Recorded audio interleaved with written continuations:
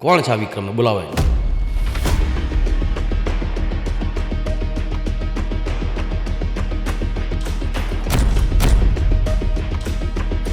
તું છે વિક્રમ? વિક્રમ નહીં, વિક્રમ ઠાકોર કહો કે જાલિમ સિંહ. કારણ કે દુનિયામાં વિક્રમ તો ઘણા છે, પણ વિક્રમ ઠાકોર તો ફક્ત એક જ છે. હા. નમસ્કાર વિક્રમભાઈ. નમસ્કાર. સ્વાગત છે બેઠકના પોડકાસ્ટમાં. આ સપના જેવું જ લાગે કે આ લોકો મને સુપરસ્ટાર કહે છે, કેમ કે ઘણા લોકો તો એમની જાતે જ કહેતા હોય છે કે ભાઈ હું સુપરસ્ટાર છું, કે હું આમ છું તેમ છું. પણ મને લોકોએ મને સુપરસ્ટાર બનાવે છે, એટલે ખરેખર બહુ એવું થાય છે કે સપનું જ જોઈ રહ્યો છું એમ. ભવ ભવના ઓ રાધા, કોલ દીધા છે પ્રીતળી નિભાવજે, મારી આ પ્રીતને ના ભૂલતી હો ગોરી મોરી, હો ગોરી મોરી, એકવાર પીયુને મળવાજે. તો મમતા સોની સાથે ઘણા બધા ફિલ્મો કરે, પછી સડનલી ફિલ્મો બંધ થઈ ગઈ એમની સાથે આવવાની. એ સવાલ તો હું ખુદ મારી જાતને પૂછું છું કેમ. એક સમય એવો હતો કે ગુજરાતમાં બોલિવૂડ ફિલ્મ રિલીઝ કરવાની હોય તો જોઈ લે કે નજીકમાં વિક્રમ ઠાકોરની ફિલ્મ નથી ને, સિંગલ થિયેટરનો છેલ્લો સ્ટાર વિક્રમ ઠાકોર જ છે. પહેલી પિક્ચર આવી 50 હિટ ચાલી, બીજી પિક્ચર આવી એ પણ હિટ ગઈ, ત્રીજી પિક્ચર હિટ ગઈ. તો બધા અમુક સિનિયર કલાકારો એ લોકો કે આનો સમાજ છે ને એટલે ચાલે છે, કશું નહીં. એક પિક્ચર પછી બીજી પિક્ચર, ત્રીજી પિક્ચર તો ફ્લોપ જ જશે, ચોથી ફ્લોપ જશે. તો ઘણી જગ્યાએ મારો એ રીતે આ લોકોએ વિરોધ કર્યો છે. જો મને કંઈ પણ થોડુંક બી મારા વિશે આડું કોઈ બોલ્યું તો હા તો તારો ધણી એવા પિક્ચરોમાં કામ કરે, હિરોઈનો જો ડાન્સ કરે, જોઈએ તું ને. પણ એનો મારી વાઈફનો બહુ સપોર્ટ. મારી દીકરી 12માં આવી ગઈ મને ત્યારે ખબર તું આટલું 12માં ભણસ તું? મને એવું થઈ ગયું કે હમણાં તો તું નાની હતી ને આવડી મોટી થઈ ગઈ. એવું થાય કે ભાઈ સારું છોકરાઓ માટે પણ ટાઈમ નથી નીકાળી શકતો એમ. હું આવું તો મારી મમ્મી સવારે 3-4 વાગે ઉઠીને મારા પગ દબાવે કે મારો દીકરો થાકી ગયો હશે. માં તો એ માં છે ને, એના વગર તો. ડગલે ને પગલે મને માં ઘણી યાદ આવે તું, કદી ના ભૂલું મમતા તારી હું, હો માં તારા વિના કેમ હું જીવું, હો ડગલે ને પગલે મને માં ઘણી યાદ આવે તું. ગુજરાતના બધા લોકોના તમે ફેવરેટ કલાકાર છો, પણ તમારું ફેવરેટ કલાકાર કોણ? વિક્રમભાઈને રિયલ લાઈફમાં પ્રેમ થયો છે ક્યારે? જીવનમાં કોઈ કામ એવા કરેલા છે જે ખાલી પૈસા માટે તેને કરે પણ ઈચ્છા નથી ને એ વખતે પૈસાની જરૂરિયાત હોય એને કરવા પડે હોય? આમ તો એવું કહેવાય ઠાકોરો દિલના ભોળા, અને ભોળા માણસ છેતરાય વધારે. ઘણી વખત. વિક્રમભાઈ કોઈ દિવસ છેતરાયા ખરા? ઘણી વખત કરવા. હવે ઈચ્છા છે ભવિષ્યમાં રાજકારણમાં જવું છે. જીવનમાં ક્યારે આમ એવો દિવસ હતો જ્યારે બહુ સૌથી વધારે દુઃખી થયા હોય? હું ઘણો ટાઈમ બે એક મહિના તો બહાર જ રહેવું પડ્યું મારે, કેમ કે મારી ઉપર બી કેસ કરેલો હતો ને, તો પોલીસ પણ મને શોધતી હતી. અને એ વખતે મારે એક બાજુ પિક્ચરોનું શૂટિંગ ચાલુ, એ બંધ રાખીને મારે ભાગવું પડતું હતું. ઘેર નહોતો રહી શકતો, હું શૂટિંગ નહોતો કરી શકતો. વિક્રમ ઠાકોર જોડે કેટલા જોડી કપડાં છે, કેટલા જોડી ચશ્મા છે તમારી જોડે? એક સ્ટુડિયોમાં ગયો તો હું, તો લિફ્ટમાં બેઠો ને પછી 2-3 જણા જોડે હતા. પછી કે વિક્રમ ઠાકોરનો ડુપ્લિકેટ છે ને. 41 જેવી ફિલ્મો કરી બધામાં. હા, અને બધામાં વિક્રમ. લાગે છે કે વિક્રમ ઠાકોર બ્રાન્ડ છે. એક ફિલ્મના વિક્રમ ઠાકોર કેટલા રૂપિયા લે છે? તો એ જણાવી દઉં કે ગુજરાતી જે બી એક્ટર લેતા હોય છે એનાથી વધારે. 12માં એક વિષયમાં ફેલ હતો, એ પણ ગુજરાતીમાં. અને એ વ્યક્તિ આજ ગુજરાતનો સુપરસ્ટાર છે. લગભગ તમે અહીંયાથી ગાંધીનગર જવા નીકળો, ગાંધીનગર ને કોઈ બી પટ્ટામાં જાઓ રોડ ઉપર, અને તમને 10 રિક્ષા જોવા મળે જેની પાછળ વિક્રમ ઠાકોરનું પોસ્ટર લાગેલું હોય, એક ડાયલોગ હોય, આમ મળે જોવા. હું ઊભો રહી જાઉં છું, રિક્ષાવાળાને ઊભો રાખું છું, એની જોડે ફોટો પડાવું છું. વાહ, ઘર જેવું લાગ્યું, ઘેર બેઠા એવું લાગ્યું, નામે પાછું બેઠક છે. ખરેખર ખૂબ જ મજા આવી એમ. Thank you so much. બીજી વાર બોલાવજો. સ્વાગત છે બેઠકના એક ધમાકેદાર પોડકાસ્ટમાં, અને આજે આપણી બેઠકમાં જોડાવાના છે ગુજરાતી ફિલ્મ ઇન્ડસ્ટ્રીના સુપરસ્ટાર એટલે કે વિક્રમભાઈ ઠાકોર. જી હા, વિક્રમભાઈ ઠાકોર આપણા પોડકાસ્ટમાં આજે આવી ગયા છે. એમની સાથે બહુ બધી વાત કરવી છે, અને ખરેખરમાં વિક્રમભાઈ ઠાકોરની જે રિક્વેસ્ટ કમેન્ટમાં મને મળી છે અત્યાર સુધીમાં, એનું લિસ્ટ કદાચ હું ગણવા જાઉં ને તો કદાચ 2000-5000 કરતાં પણ વધારે હશે. કોઈ એવો પોડકાસ્ટ નથી કે જેની અંદર લગભગ વિક્રમભાઈ ઠાકોરનું નામ ન હોય કે ભાઈ વિક્રમભાઈને બોલાવો. તો લો, આજે વિક્રમભાઈને બોલાવી લીધા છે, એ આપણી સાથે જોડાવાના છે અને બહુ બધી વાતો કરવાના છીએ. પણ એમના ઇન્ટરવ્યૂ ઘણા છે, ફિલ્મો છે, અને કદાચ તમે વિક્રમભાઈના ફેન હોય તો તમે એમના વિશેની બધી જ વાતો જાણતા હશો. તો પછી એક આ નવો પોડકાસ્ટ કેમ? ખરેખરમાં વિક્રમભાઈનો આજે એક એવો ચહેરો એકદમ સરળ, સહજ, લાગણીસભર ચહેરો જે કદાચ દુનિયાએ નથી જોયો, એ વાસ્તવિક જીવનમાં કેવા છે, હકીકતમાં એ કઈ રીતના જીવે છે, લોકોને કઈ રીતના સમજે છે, એમની અંદરની લાગણીઓ કેવી છે, એક પિતા તરીકેની એમની ફરજ કેવી છે, એક પતિ તરીકેની એમની ફરજ કેવી છે, આ બધી વસ્તુ ઉપરનો આ પોડકાસ્ટ છે. હું વધારે નહીં કહું કારણ કે વિક્રમભાઈના તમે ફેન હશો એટલે તમે એમની વાત સાંભળવાના છો, પણ એ ચોક્કસ કહીશ કે જો ચેનલમાં તમે નવા છો તો ચેનલને સબસ્ક્રાઇબ કરો, વિડીયો ગમે તો લાઇક કરો અને કોમેન્ટમાં જણાવો કે પોડકાસ્ટમાંથી તમને સૌથી વધારે વિક્રમભાઈની કઈ વાત ગમી. તો ચાલો શરૂઆત કરીએ.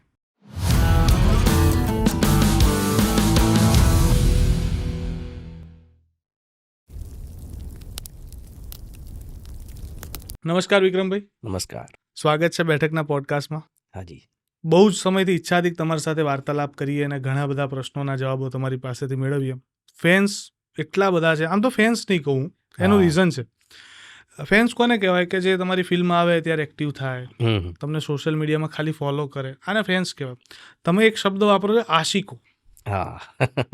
અને ખરેખરમાં આશિક છે કારણ કે તમારી હેરસ્ટાઇલથી લઈ, તમારા ડ્રેસિંગ સ્ટાઇલથી લઈને બધું કોપી કરે, તમારા વાતો, વિચારો, ફિલ્મમાં આપેલા ડાયલોગો અને બીજી એ સિવાયની ઘણી બધી વસ્તુઓ છે જે ફોલો કરતા હોય અને બહુ પેશનેટલી, ડેડિકેટલી. આ બધું જોવો તો ક્યારેક કેવું લાગે?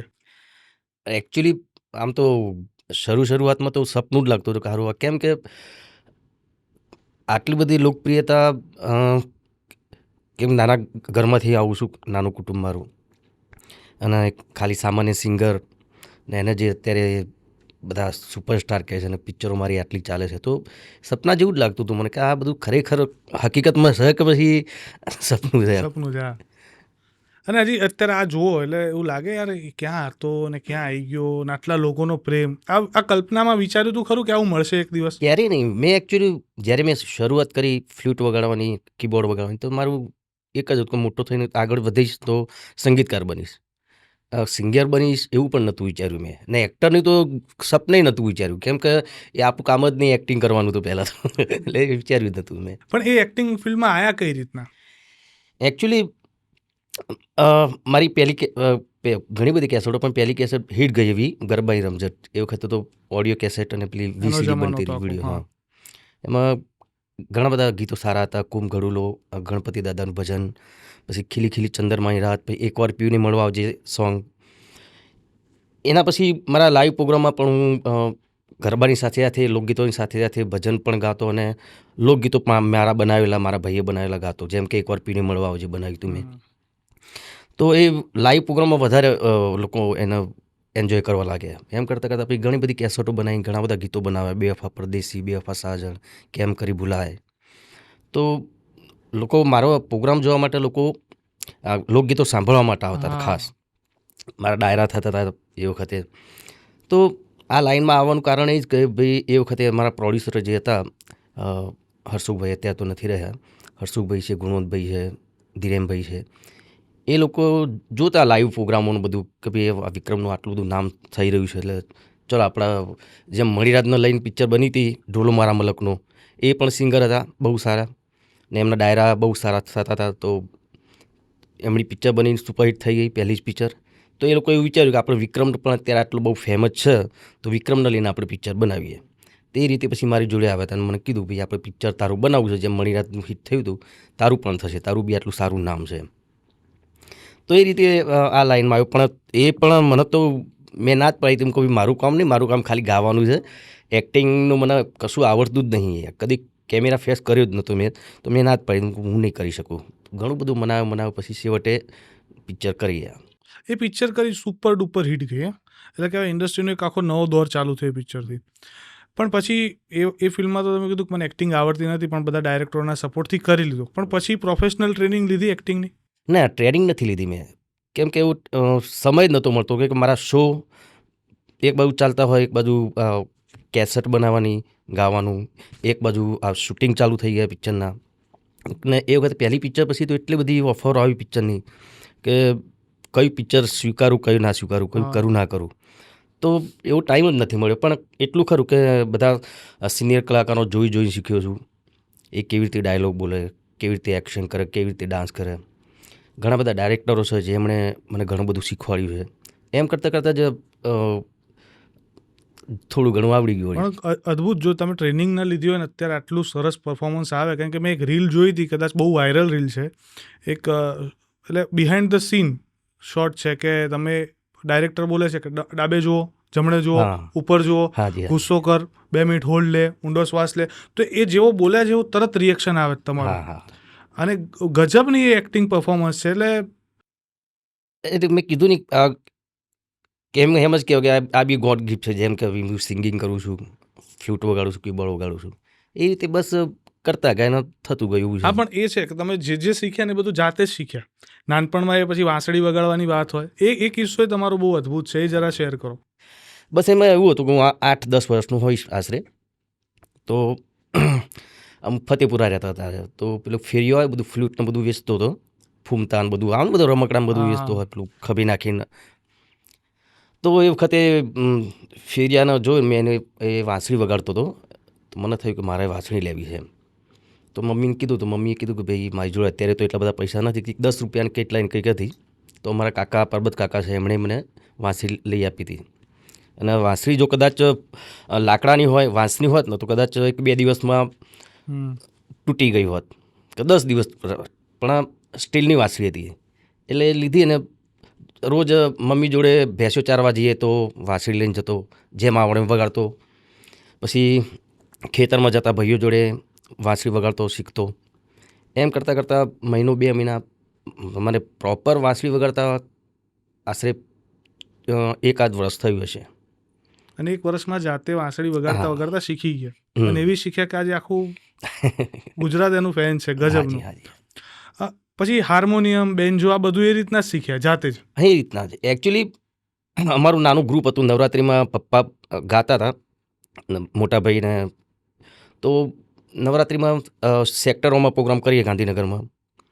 તો ફ્લૂટ તો હું વગાડતો હતો. તો પછી પપ્પાએ વિચાર્યું, ચાલો ભાઈ એ વખત તો એટલું બજેટ પણ ના હોય. તો પપ્પાએ વિચાર્યું બેન્જો લાવીએ, ભાડેથી કોઈને બોલાવીશું તો એના પૈસા આપવા પડશે. તો બેન્જો મંગાવ્યો ભાઈના માટે, મારા મોટા ભાઈ છે એના માટે, કે ભાઈ તું બેન્જો વગાડ, વિક્રમ ફ્લૂટ વગાડે છે, મોટા ભાઈ ગાય છે, તો આ રીતનું આપણા ઘરમાં બધું સચવાઈ જાય. પણ થયું કે ભાઈને ના આવડ્યું, બેન્જોને મને આવડી ગયો.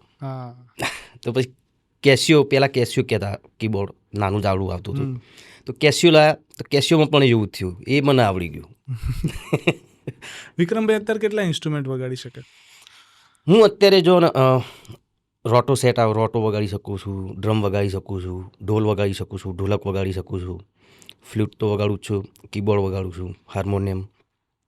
આમ મોટાભાગે જેટલા ઇન્સ્ટ્રુમેન્ટ છે આમ થોડા આવડે તો છે જ એમ.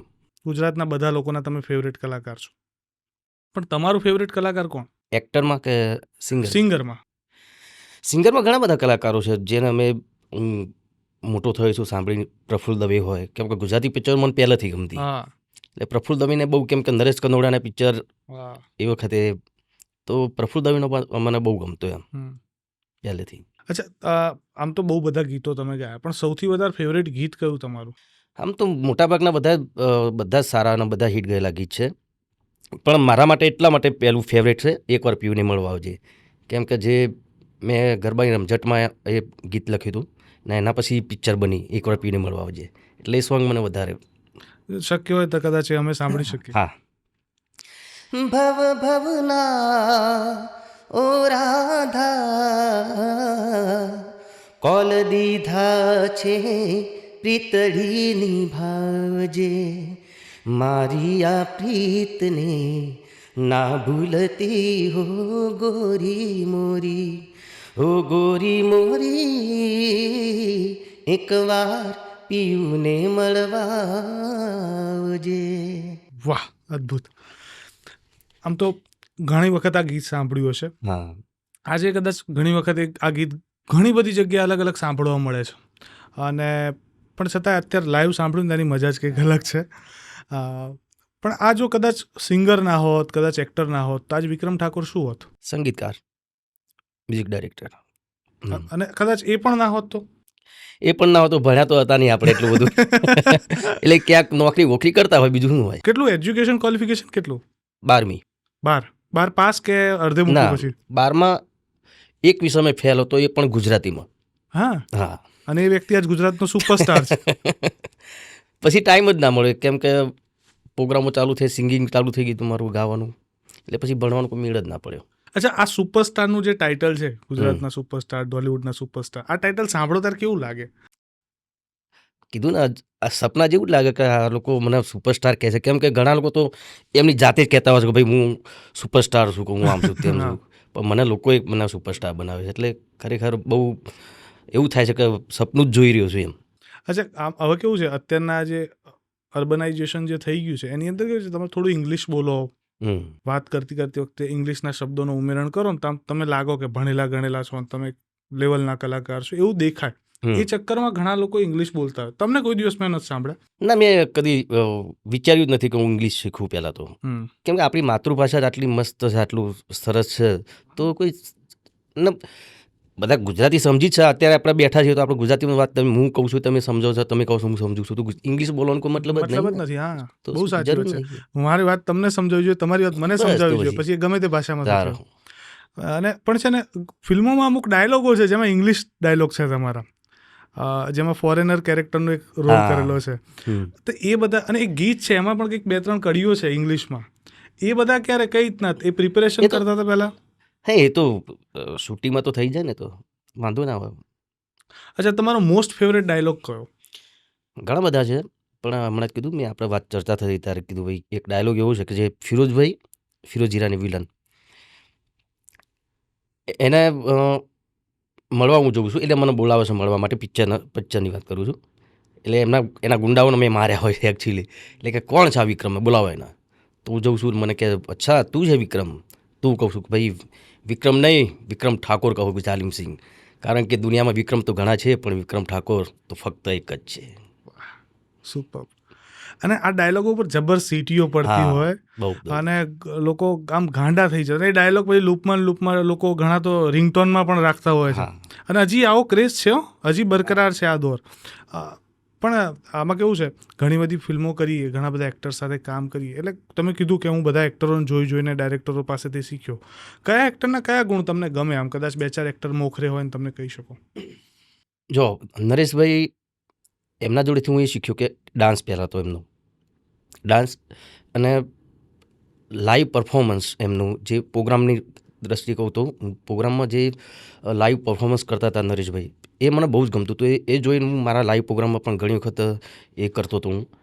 પછી એક્ટિંગની રીતે જોઈએ તો ઘણા બધા કલાકારો છે, હિતેન કુમારની જ વાત કરી લો, એ મને એક એક્ટર તરીકે બહુ સારા, માણસ તરીકે પણ બહુ સારા છે. એમને જોઈને પણ ઘણું બધું શીખ્યો છું. હિતુભાઈ છે, બધા, ફિરોઝભાઈ છે, ડાયલોગ બોલવાની સ્ટાઇલ, કેવી રીતે ડાયલોગ બોલવો, એ બધું બધા કલાકારો જોડે થોડું થોડું શીખ્યો છે એવું છે. પણ આ બધા જોડેથી શીખ્યા પછી અત્યારે જ્યારે એક્ટિંગમાં ફ્લેવર દેખાય છે, તો વિક્રમ ઠાકોરની એક અલગ યુનિક ફ્લેવર દેખાય છે, અને એ આઈડેન્ટિટી ઘણા બધા કોપી કરતા હોય છે.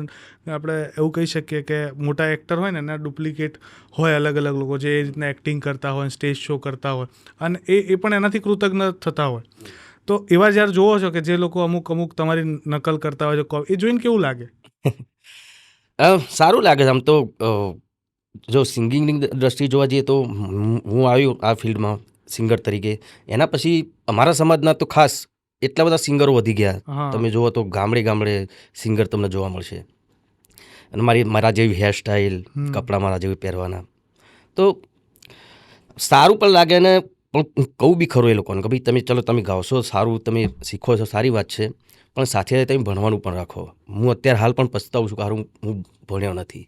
ને મારે નહીં ભણવાનું કારણ તો એ જ હતું કે ભાઈ મારા ઘર ચલાવવાનું. પપ્પા તો પટાવાળાની નોકરી કરતા હતા, એટલે આખા ઘરનું ગુજરાન એટલામાં ના ચાલી રહ્યા. પછી મેં કેસ્યુને બધું વગાડવાનું ચાલુ કર્યું, એટલે પછી એમાં પૈસા મળતા હતા સારા, એટલે એમાં પછી ઘરનું પેલું બધું સાચવવા માટે મેં ભણતર છોડવું પડ્યું મારે. એટલે અત્યારે હાલ પણ કોઈ બી મારા જેવો કોઈ કલાકારો મારા જેવું બનવા માગતો હોય, ગાવા માગતો હોય, તો એ લોકોને કહું ભાઈ તમે ગાઓ, વાંધો નહીં, એક્ટિંગ આવડતું એક્ટિંગ કરો, પણ ભણવાનું ના છોડશો. બહુ સાચી વાત કીધી, કારણ કે ઘણા ખરા લોકો આ બધું છોડી દેતા હોય છે, અને મેજોરિટી આપણને એવું થાય કે યાર ભણવું તો બહુ મહત્વની જરૂરી વસ્તુ છે. અત્યારે તમારા જે બાળકો છે એમને એજ્યુકેશનમાં તમે કોઈ કસર નહીં છોડી હોય તો પછી, અને એ લોકો ભણે છે સારી રીતે. બરાબર. અને મેં એવું સાંભળ્યું, હમણાં વાત કરતા હતા તો ચર્ચા આવી કે બહુ જલ્દી તમે તમારા બાળકને હવે ફિલ્મોની દુનિયામાં હા આગળ મિલનને વધારો છો. હા ટૂંક સમયના ચર્ચા પણ ચાલી રહી છે અત્યારે. ઘણા બધા ડાયરેક્ટર પ્રોડ્યુસર જોડે વાત પણ ચાલી રહી છે. બસ એક સારી સ્ટોરી હાથમાં આવે એટલે પછી આગળ મારા ખ્યાલથી આવતા વર્ષે તો ફાઇનલ આવી જશે. હા ડન. તો જોરદાર. હવે આપણે સાઉથના એવા ઘણા ફિલ્મો છે કે જેમાં બાપ દીકરાની જોડી જોઈ પછી છે. અમે બંને આવીશું જોડે અહીંયા હા બેઠકમાં. પાકો અને આવવું પડશે, પહેલી ફિલ્મમાં જ આવવું પડશે લઈને. ચોક્કસ. ચલો ડન છે. હવે છે ને આમ તો ઘણા બધા પ્રશ્નો હજી મારા મનમાં છે, પણ અમારે છે ને હવે તબક્કાવાર વાત કરવી છે, કેમ કે આ પબ્લિકે મને ઘણા બધા પ્રશ્નો આપેલા છે, એમાંથી ઘણા પ્રશ્નો મેં બનાવ્યા છે. એક તો તમારી દિનચર્યા શું છે, રૂટીન લાઈફ શું છે? રૂટીન લાઈફ જો પહેલાં તો એકચ્યુઅલી રાતના શો હોય એટલે આખી રાત જાગી રહેવાનું હોય એટલે એવું થાય છે કે દિવસે મોડું ઉઠવાનું થાય મારા, કે રાત્રે શો હોય ના હોય ને તોય પણ પછી એક આદત પડી ગઈ, પછી રાત્રે ઊંઘ ના હોય દિવસે ઊંઘી રહું એટલે 10-11 વાગ્યા સુધી આરામ કરું, પછી ઉઠીને પછી ચા તો ખાલી એક જ ટાઈમ ચા પીવું છું, એ બી આદત નથી. પછી બપોરના ટાઈમે જીમમાં એટલા માટે બપોરે જઉં છું કે ભાઈ બપોરે કોઈ હોય નહીં જીમમાં, એટલે આરામથી જીમ થઈ શકે. નહીં તો સવારે કે સાંજે જઈએ તો ફોટા પડાવું કે જીમ કરવું એ ખબર ના પડે. હા બરોબર છે. એટલે પછી જીમ બપોરે કરું છું, જમીને પછી પરિવાર જોડે થોડો ટાઈમ, પછી રાત્રે પાછું પ્રોગ્રામ હોય એટલે પ્રોગ્રામમાં જતો રહું. આ બધું જ રહેશે બસ. ને જમવાનું સાદું, આપણે કોઈ રેસ્ટોરન્ટનું જમવાનું કેવું જમવાનું બધું કશું નહીં. અત્યારે ભાવતું જમવાનું ફૂડ કયું તમારું? સાદું શાક રોટલીની ટાઈપનું તો મને વધારે ભાવે છે. માખણ મને બહુ ભાવે છે. હા માખણ બહુ ખાઉં છું. તમારે એ ખબર નહીં, તમારું એક રાધા કૃષ્ણ માખણ આ બધી વસ્તુ છે, તમારું રિલેશન બહુ સરસ છે. અને મારે જાણવું છે કે જ્યારે તમે વાંસળી વગાડતા હોય ને, તમે હમણાં તમે જે વાત કરી ને ઉપરથી મને એક વાત યાદ આવે છે. કૃષ્ણ ભગવાનના જીવનકાળમાં બી એવી ઘટના હતી કે એમને પહેલી વખત વાંસળી જ્યારે લે છે ત્યારે પૂછે છે કે આને કઈ રીતના વગાડે, ત્યારે એમ કહે છે કે સરસ્વતી દેવીનું આહવાન કરીને વગાડો એટલે વાંસળી સરસ જ વાગે, અને એવું બને છે. ને કૃષ્ણ ભગવાન એટલે કહેવાય વાંસળીના બ્રાન્ડ એમ્બેસેડર આપણે કહી શકીએ, ત્યાંથી શરૂઆત થઈ.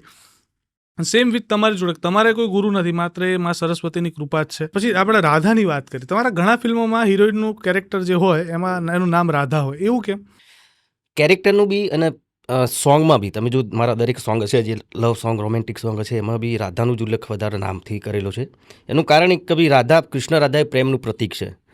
એટલે તમે ખુદ વિચારો, તમે કોઈ પ્રેમનું ગીતમાં કોઈનું નામ લેવું હોય તો તમે કોનું લઈ શકો? રાધાનું જ લઈ શકો. એટલે એ વિચારીને પછી મારા પિક્ચરમાં બી રાધા એટલા માટે જ કે બધા સોંગ જો તો એમાં રાધાનું ઉલ્લેખ હોય તો પછી એવું વિચાર્યું કે આપણે હિરોઈનનું નામ પણ રાધા જ રાખીએ. વિક્રમભાઈને રિયલ લાઈફમાં પ્રેમ થયો છે ક્યારે? ના, ખરેખર પ્રેમ નાનો હતો તારે ખબર, પ્રેમ કહેવાય કહું કે ખબર નહીં. એ વખત થયેલો હતો, પણ પછી શું 20 વર્ષનો છું ને, મારા પપ્પા જે જગ્યાએ નોકરી કરતા હતા ને ત્યાં મારા સસરા બી નોકરી કરતા હતા, તો બંનેની ભાઈબંધી બહુ સારી હતી. તો એમની દીકરીને હું જોવા ગયો હતો, તારાને મારી વાઈફને પહેલી વાર, તો લાગ્યું મને પ્રેમ થયો હોય એવું. એમ લેટર બીટર બી લખ્યો હતો. અચ્છા, લખ્યો, પ્રેમપત્ર લખેલો? વાહ. પ્રેમપત્રો મળેલા ખરા? બહુ જ. અત્યારે બી મળે છે. અત્યારે મોબાઈલ આવી ગયા છે. નહીં તો પણ એટલા બધા તમે નહીં માનો, ઢગલો લવ લેટરો પડ્યા છે, લોકોએ મને મોકલ્યા છે બધા, અને અમુક તો લોહીથી લખેલા. એવા લેટરો પડ્યા છે. અને આવો પ્રેમ જો આમ વિચાર શું આવે? વિચાર તો શું આવે, પણ હું તો કહું, એ લોકો જે કે પ્રોગ્રામમાં બી કોઈ ફરમાઈશ કોઈ લખે ને, તો અમુક લોકો તો લોહીથી ફરમાઈશ લખે. તો એ લોકોને કહું, ભાઈ આવું ના કરશો, લોહી બગાડશો નહીં ખોટું, ફરમાઈશ તમે લખો પેનથી લખો, નહીં તો આવીને તમે કહી જાઓ. આવું કોઈનો રીતે લોહી વેડફવાથી કશું નહીં થાય એમ. અચ્છા, પણ આજકાલ છે યુવાનોમાં પ્રેમ હોય ને, પછી એ પાત્ર જે હોય એ દૂર થઈ જાય, કોઈક કારણોસર બંને મળી ન શકે, તો પેલું નસ કાપી દે ને, આવા બધા કિસ્સાઓ બહુ આવતા હોય છે. આવા લોકોને તમારે કંઈ મેસેજ આપવો હોય તો આપી શકો. ખરેખર એવું ના કરવું જોઈએ. પ્રેમ, ચલો ભાઈ તમારો જોડે દગો થયો છે, જે થયું હોય, પણ તમારી આખી લાઈફ છે, તમારી પોતાની લાઈફ છે. ભગવાને તમને આટલું સુંદર માનવ અવતાર આપ્યો છે, તો ખરેખર એવું ના કરવું જોઈએ. એકચ્યુઅલી મારી પહેલી પિક્ચર હતી એકવાર પીને મળવા આવજે, એમાં બી આવું જ થાય છે કે ભાઈ પ્રેમ મળતો નથી મને, એના કારણે હું કેરોસીન છાંટું છું, અને પછી મારો મોટા ભાઈ હિતેનભાઈ મને બચાવી લે છે. અને એ વખતે એ જ વાત કહે કે ભાઈ આવું ના કરવું જોઈએ તારે. તો એ વખતે ઘણી બધી ફરિયાદો પણ આવી હતી કે ભાઈ વિક્રમે આવું કહ્યું તો બીજા લોકો પણ આવું કરશે. તો મેં ત્યારે બી કીધું કે ભાઈ આ તો એક પિક્ચર છે, પિક્ચરની વસ્તુ છે તારો. અને કે કેરોસીન બી નહોતું, પાણી છોટ્યું હતું, મેં કીધું. અચ્છા, શૂટિંગ ટાઈમના કંઈક બહુ મજેદાર કિસ્સા હોય કે હા જેમાં કંઈક વસ્તુ વપરાઈ હોય કે એમાં ભૂલ પડી હોય એવું તમે કંઈક કહી શકો તો? એવું તો ઘણી વખત થયેલું છે. મને એકચ્યુઅલી બાઇક નહીં આવડતું. એટલે ચલાવું તો શૂટિંગ પૂરતું ચલાવું. કોઈ ગાડી ચલાવતો હોય શૂટિંગ પૂરતી જ ચલાવું. હા. તો એકવાર એવું થયેલું કે પહેલી જ પિક્ચર હતી મારી, એ બી શૂટિંગ ચાલતું હતું મારું ડીસા બાજુ. ડીસા કે પાલનપુર, એક્ઝેક્ટ યાદ નહીં, ડીસા જ હતું. ત્યારે પબ્લિક વચ્ચે બાઇક ચલાવવાનું. તો સારું મને આવડે નહીં પહેલી તો બાઇક, સર્કલમાં જ પડ્યો હું તો બાઇક લઈ સ્લીપ. અને જે લોકો એકચ્યુઅલી જે લોકો ત્યાં હસતા હતા કેમેરાવાળા લાઈકથી બધા, તો મને ખરેખર મને ગુસ્સો આવતો. મને સારું મને વાગ્યું છે પગે ને તમે લોકો હસો છો. હા. એટલે એના પછી ઘણી બધા પિક્ચરોમાં બાઇક ચલાવવાનું આવે ને તો એકવાર તો ચોક્કસ હું પડું જ છું. હજી આ વખતે પડ્યો તો હું. હા. હા અને પિક્ચર હિટ જાય પાછી. હિટ તો જાય છે જરા. હા. એટલે પણ ના, એ તમે જે કીધું કે બાઇક ચલાવતા, પણ હવે તમને એમ નથી કે શીખી લો, પણ હવે પણ તમે બાઇક લઈને નીકળો શીખવા હા. તો તકલીફ થાય. તો એ તકલીફ થાય ને પછી. અરે માસ્ક ને ટોપી પહેરી હોય ને તો એ લોકો ઓળખી જાય કે ના વિક્રમ ઠાકોર જ છે. એટલે એવું થાય છે. અને પછી અમુક જગ્યાએ એવું પણ થાય છે. એક સ્ટુડિયોમાં ગયો તો હું, તો લિફ્ટમાં બેઠો ને પછી 2-3 જણા જોડે હતા. અને પછી અંદર વાતો કરતા હતા. પછી હું તો બહાર નીકળ્યો. પછી કે વિક્રમ ઠાકોરનો ડુપ્લિકેટ છે ને. હા. હું શું બોલું યાર. બહુ ફરક પણ કે ભાઈ ડુપ્લિકેટ ઓરિજિનલ ડુપ્લિકેટ. હા. હા ભાઈ હા, આવું પણ થતું હોય છે ઘણી વખત. અને તમે જસ્ટિફિકેશન ના આપો ના ભાઈ હું ઓરિજિનલ છું. પણ પછી એવું થાય કે ક્યાં કહેવું. પાછા પાછળ ના પાછળ. માનો તોય ના તું રહેવા દે ને ભાઈ હોતો છે એમ કહેતો. એવું બી બને છે. હા. પછી એમ ડાયલોગ સંભળાવવો પડે, ગઈ સંભળાવવું પડે. હા ગઈ સંભળાવું તરત માની જાય કે ના હવે ખરું. એમાં પણ તમને એક વસ્તુ કહું, આમ છોકરી સુંદર હોય ને આપણે વખાણ કરો શું કે તું ચાંદ જેવી છે. ચાંદ એક પેરામીટર છે સુંદરતાનું. એટલે શ્રેષ્ઠ વસ્તુ સાથે આપણે કમ્પેર કરીએ. મેં ઘણા એવા સ્ટુડિયોના લોકોને સાંભળેલું છે, કોઈક નવો છોકરો આવે ને એનો અવાજ સારો ને, વિક્રમ ઠાકોર જેવો અવાજ છે આનો. અચ્છા. આવું મેં મારા કાને સાંભળેલી વાત છે કે આનો વિક્રમ ઠાકોર છે. એટલે પેલું જેમ ચાંદનું પેરામીટર છે ને વિક્રમ ઠાકોરનું પેરામીટર છે કે ભાઈ શ્રેષ્ઠ સિંગર હોય ને તો ભાઈ વિક્રમ ઠાકોર જેવો છે. બોલિવૂડના ઘણા બધા ગીતો તમે સાંભળતા હશો. તમને એમાંથી ગમતું કોઈ મોસ્ટ ફેવરેટ ગીતો હોય તો? ઘણા બધા ગીતો છે. કારણ કે મારે ગવડાવું છે એકાદું ગીત. અચ્છા ગવડાવું છે તમારે એમ કહો ને. કુમાર શાનુનું એક ગીત તમને બહુ ગમતું હતું ને એમનું મારા ખ્યાલથી એ ગીતથી જ એમનું બહુ સારું એમનો પ્રતિસાદ મળ્યો. જબ કોઈ બાત બિગડ જાય, જબ કોઈ મુશ્કિલ પડ જાય, તુમ દેના સાથ મેરા ઓ હમનવા. આ ગીત મને બહુ ગમતું. હું તો લાઈવ પ્રોગ્રામમાં પણ ગાઉં છું. અને એવું થાય કે હિન્દી ગીતો ગાવ તો એ લોકો વિરોધ કરે હવે કે યાર ગુજરાતી ગાતા હોય તો? ના ના ના ના ના એવું નહીં. વિરોધ તો કેમ ના, હિન્દી ગીતો બી બધા ઘણા સારા સારા ગીતો છે. સારા છે. બહુ બહુ સરસ પણ છે. એક બીજી વસ્તુ કહું, તમારા કોઈ ગીત દારૂ ઉપર કે કોઈ વ્યસનની વાત ઉપર નથી હોતા એવું ના કેમ? ના એવું કારણ એક જ કે ભાઈ મને જોઈને ઘણા લોકો વિક્રમ ઠાકોર શું કરે છે એ જાતે પણ કરવા લાગે. મારા જે મોટાભાગના ચાહકો હોય બધા જ, જેમ કે હું ગાઉં છું તો ઘણા લોકો નથી આવડતું તો એ ગાવાનો પ્રયત્ન કરતા હોય છે, વાંસળી વગાવવાનો પ્રયત્ન કરતા હોય છે. એવી રીતે હું કંઈ દારૂવાળું ગીત ગાઉં તો એ ગીત સાંભળીને એ લોકો ખોટા દારૂના રવાડે ના ચડે એવું વિચારીને હું દારૂવાળું ગીત બનાવતો નથી. કે કોઈ સીન પણ તમે જો કોઈ બી પિક્ચર છે એમાં કોઈ પિક્ચરમાં હું દારૂ પીતો હોય, સિગરેટ પીતો હોય એવું કોઈ સીન પણ હું નથી કરતો. જેના કારણે હું જેવું કર્યું મારા ચાહકો ના કરે એટલા માટે. લગભગ તમે અહીંયાથી ગાંધીનગર જવા નીકળો, ગાંધીનગર ને કોઈ બી પટ્ટામાં જાઓ રોડ ઉપર અને તમને 10 રિક્ષા જોવા મળે, તમારી 6 થી 7 રિક્ષા એવી હોય જેની પાછળ વિક્રમ ઠાકોરનું પોસ્ટર લાગેલું હોય, કંઈક ડાયલોગ હોય, આ મળે જોવા. આ તમે જતા હોય તમે જુઓ ત્યારે કેવો વિચાર આવે? હું ઊભો રહી જાઉં છું. અચ્છા. રિક્ષાવાળાને ઊભો રાખું છું, એની જોડે ફોટો પડાવું છું. વાહ. અમુક ટાઈમ કેવું થતું, શૂટિંગ હોય કે પૂરું કરી નીકળતા હોય, પ્રોગ્રામ પૂરો કરી નીકળતા હોય તો ગાડી લઈને અમે લોકો નીકળીએ તો પાછળ બાઈકો લઈને ફોટો પાડવા માટે સ્પીડથી આવતા હોય.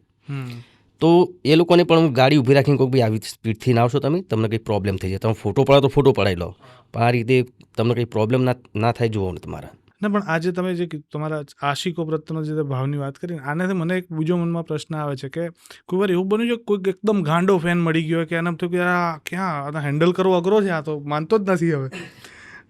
ઘણા બધા છે. જેમ કે હમણાં થયું હતું એવું, આ યુટ્યુબરની જ વાત છે કોઈ મારી પિક્ચર રિલીઝ થઈ હતી તો પિક્ચરને સારી નથી કીધી એમ, હા બોગસ પિક્ચર છે ને, એવરેજ પિક્ચર છે ને, ફાઇટ નહીં હારી, સોંગ નહીં હારા ને એવું કોઈ યુટ્યુબરે કીધું હતું. એટલે પછી રિવ્યૂ આપ્યા હતા.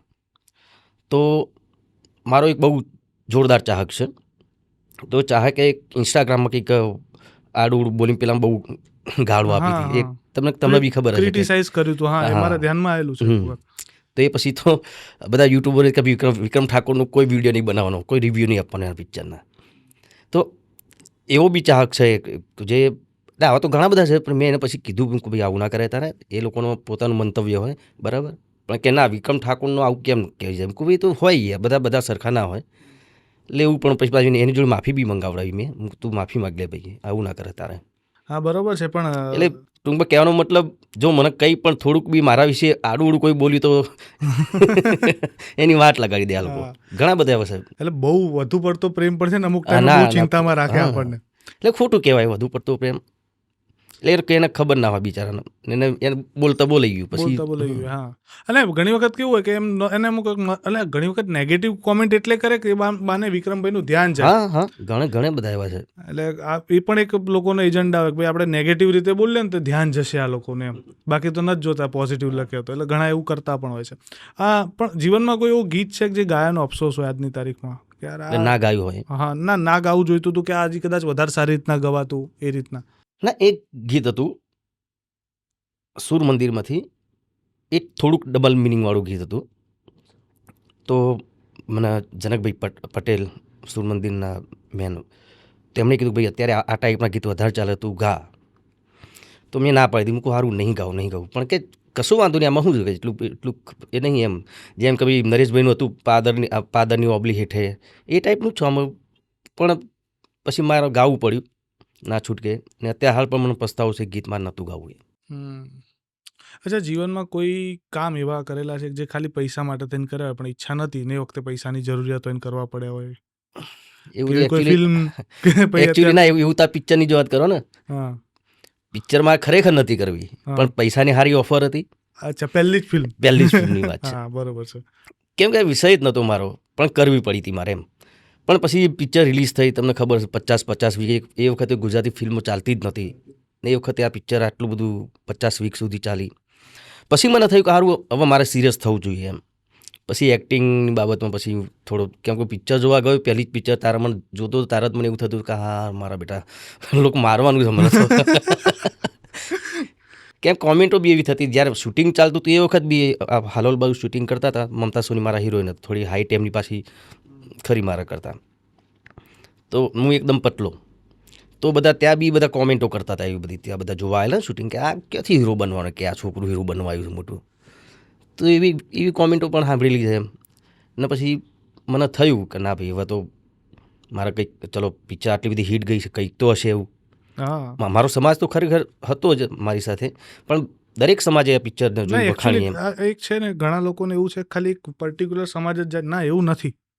ઘણા હું એવા મારા મિત્રો છે ને, એમાંથી લગભગ બહુ બધા મારા ઠાકોર મિત્રો છે, પણ ઘણા એવા મિત્રો છે જે એ સમાજમાંથી નથી આવતા, છતાંય તમારા ફેન છે.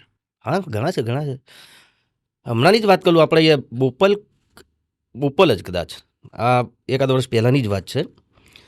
એક માજી હતા, બહુ જ બીમાર ને સિરિયસ હતા, આઈસીયુમાં રાખેલા હતા. તો એ ખાલી આંખો ખુલ્લી રાખે અને એમનો દીકરો મારા પિક્ચરના સોંગ બધું બતાવો ને એ જ જોઈ રાખે રહે. તો આમ વર્ષ પહેલાં જ મને ફોન આવ્યો, મને કે આ રીતે છે ને, મારા મમ્મી જ્યારે પણ હોસ્પિટલમાં હતા ત્યારે તમારા જ પિક્ચર જોજો કરતા હતા, ને ત્યાં હાલ બી તમારા જેટલા આશિક પટેલ હતા પાછા બી, નહીં બોપલમાં જ ક્યાંક રહે છે રે. મને કે એકવાર તમે આવો મળવા માટે. તો એ વખતે રજા તો આપી દીધેલી હોસ્પિટલમાંથી, પણ તબિયત નથી સારી એમ. પણ મને જોઈને તરત ઊભા થઈ ગયા એકદમ. પછી મેં એમને કીધું, બા તમે જો આજે આવ્યો છું, મહિના પછી ફરીથી આવી, પણ એકદમ તમારે દવા બવા બધું જ ચાલુ રાખવાનું, કમ્પ્લીટ થઈ જવાનું. એટલે કે હા બેટા. મહિના પછી ગયો તો એકદમ ફ્રેશ થઈ જવાનું બધું, કે તું કીધું એટલા માટે હું હાજી થઈ જોઈએ. એટલે લોકો આવો પ્રેમ કરે, અને આવો પ્રેમ જોઈએ એટલે એકદમ હૃદય ભરાઈ જાય. અને આમ કહીએ, આમ તો માતાજીની દયાથી બધું જ છે અત્યારે, નામ છે, સરસ મજાનું કામ છે, અને આખું ગુજરાત હવે તો હૃદયમાં વસાવે જ તમને. પણ છતાંય કોઈ એક વસ્તુનો કે વાતનો કંઈ ખોટ લાગતી હોય, તે કઈ હશે અત્યારે જીવનમાં? કઈ બાબતમાં એટલે આમ કોઈ પણ જીવનમાં કે યાર આ હજી હોત તો સારું હોત, કે આ વ્યક્તિ આ જોયું હોત તો સારું હોત? એકચ્યુઅલી એવું મને એક પસ્તાવો એટલા માટે થાય છે કે એક પિક્ચર મને ઓફર થઈ હતી જસુભાઈ ગાંગાણીની, રુદિય રંગાણા મારા સાજણા. હિતુભાઈએ પછી કરી એ પિક્ચર. સોંગ બહુ સરસ હતા, સ્ટોરી પણ બહુ સરસ હતી, પણ અમુક સંજોગોના કારણે એ પિક્ચર હું ના કરી શક્યો. તો એ મને પસ્તાવો અત્યાર સુધી પણ છે કે મારે પિક્ચર કરવી જોઈતી હતી. એ અફસોસ કરો. હમ. અચ્છા, મમતા સોની જોડે બહુ બધી ફિલ્મો કરી, એટલે કે એવું કહેવાય કે ભાઈ વિક્રમ ઠાકોરનું પિક્ચર હિરોઈન મમતા સોની છો, અને પિક્ચર આવે એટલે હિટ જ જાય, બરોબર છે. અને એક દોર તો એવો ચાલુ થયો હતો કે ફિલ્મ બોલિવૂડવાળા ફિલ્મ નાખતા બીતા હતા.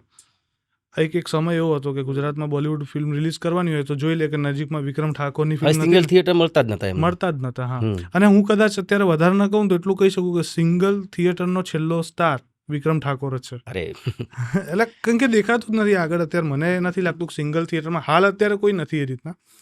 પણ હવે તો સારી વસ્તુ છે બહુ સરસ રીતે, પણ એ હું અત્યારે એ કહી શકું. પણ આ મમતા સોનીની વાત કરતો, મમતા સોની સાથે ઘણા બધા ફિલ્મો કર્યા, પછી સડનલી ફિલ્મો બંધ થઈ ગઈ એમની સાથે આવવાની. અને મને આ સવાલ છે ને ઘણા બધા લોકોએ પૂછ્યો કે આ પૂછજો એમને. અરે એ સવાલ તો હું ખુદ મારી જાતને પૂછું છું કેમ કે અમારા એટલી સારી કેમિસ્ટ્રી અમારી, અને એટલું સારું અમારા બંનેને એક ફ્રેન્ડ તરીકે બહુ સારા અમે રહેતા, અને કદી જિંદગીમાં એમણે મને તું તારીથી વાત નથી કરી, મેં પણ એમને એ રીતે વાત નથી કરી. કોઈ દિવસ ઝઘડો બી નહીં થયેલો. કોઈ પિક્ચરમાં કોઈ ડાયલોગ હોય એ હોય એવું કશું જ નહીં થયેલું. અચાનક કેમ બંધ થઈ ગઈ મને ખુદને ખબર ના પડે કે મારું જો પિક્ચર એ લોકો કેમ નથી બનાવતા. એમના પછી કોઈ પ્રોડ્યુસર ડાયરેક્ટરને કહું કે મને કંઈ વાંધો નહીં, તમે પૂછી લો. તો એમને એમ જ કે ભાઈ મારું પોતાનું નામ અલગથી બનાવવું છે. બધા લોકો કે વિક્રમ રાધા, પણ મારું પોતાનું નામ અલગથી બનાવવું છે, એટલે વિક્રમ જોડે પિક્ચર નહીં બનાવવા માંગતી. એવા જવાબ આપે છે. હકીકત શું છે તો મને ખબર નહીં. પણ અત્યારે સંપર્કમાં છે, વાતચીત થાય? ના નહીં. એ પછી એ દોર છૂટી ગયો. અચ્છા, પોતાના વિશે કોઈ એવી અફવા સાંભળી હોય છે, સાંભળીને બહુ નવાઈ લાગી, એટલે આવી અફવા મારી બજારમાં એમ? હા, એકચ્યુઅલી મેં શૂટિંગ કરતા હતા આણંદમાં. તો મેં એક એવો સીન હતો કે ભાઈ મારું એક્સિડન્ટ થઈ જાય છે ને હું મરી જાઉં છું. તો એ સીનના ફોટો જ ક્યાંકથી વાયરલ થઈ ગયા. તો હું તો સાંજે શૂટિંગ પૂરું કરીને ઘેર આવ્યો, ફોન બંધ કરીને ઊંઘી ગયો હું 7-8 વાગે. થાકેલો હતો. એટલે પછી સવારે તમે નહીં માનો, એ ફોટો એટલો બધો વાયરલ થયો તો મારા ઘરે, મારી ઓફિસે કેટલા 1000-1500 લોકો તો આવી ગયેલા કે ભાઈ વિક્રમભાઈ ખરેખર. ને એટલો ફોટો વાયરલ થયો તો હું તો ઊંઘી ગયેલો, મને ખબર નહીં, મારો ફોન બંધ થઈ ગયેલો રાત્રે, ફોને બંધ. એટલે લોકોને એવું લાગ્યું કે આ ખરેખર આવું થયું છે શું. ના સવારે તમે જુઓ તો એટલા બધા ફોન આવ્યા ના તે, ભાઈ આ શું છે બધું, શૂટિંગ હતું બાપા, કશું નહીં. પછી મારે લાઈવ થઈને પછી મારે કહેવું પડ્યું તારા. એટલે આવું તો સાંભળેલા આપણને ધ્રાસકો લાગ્યો.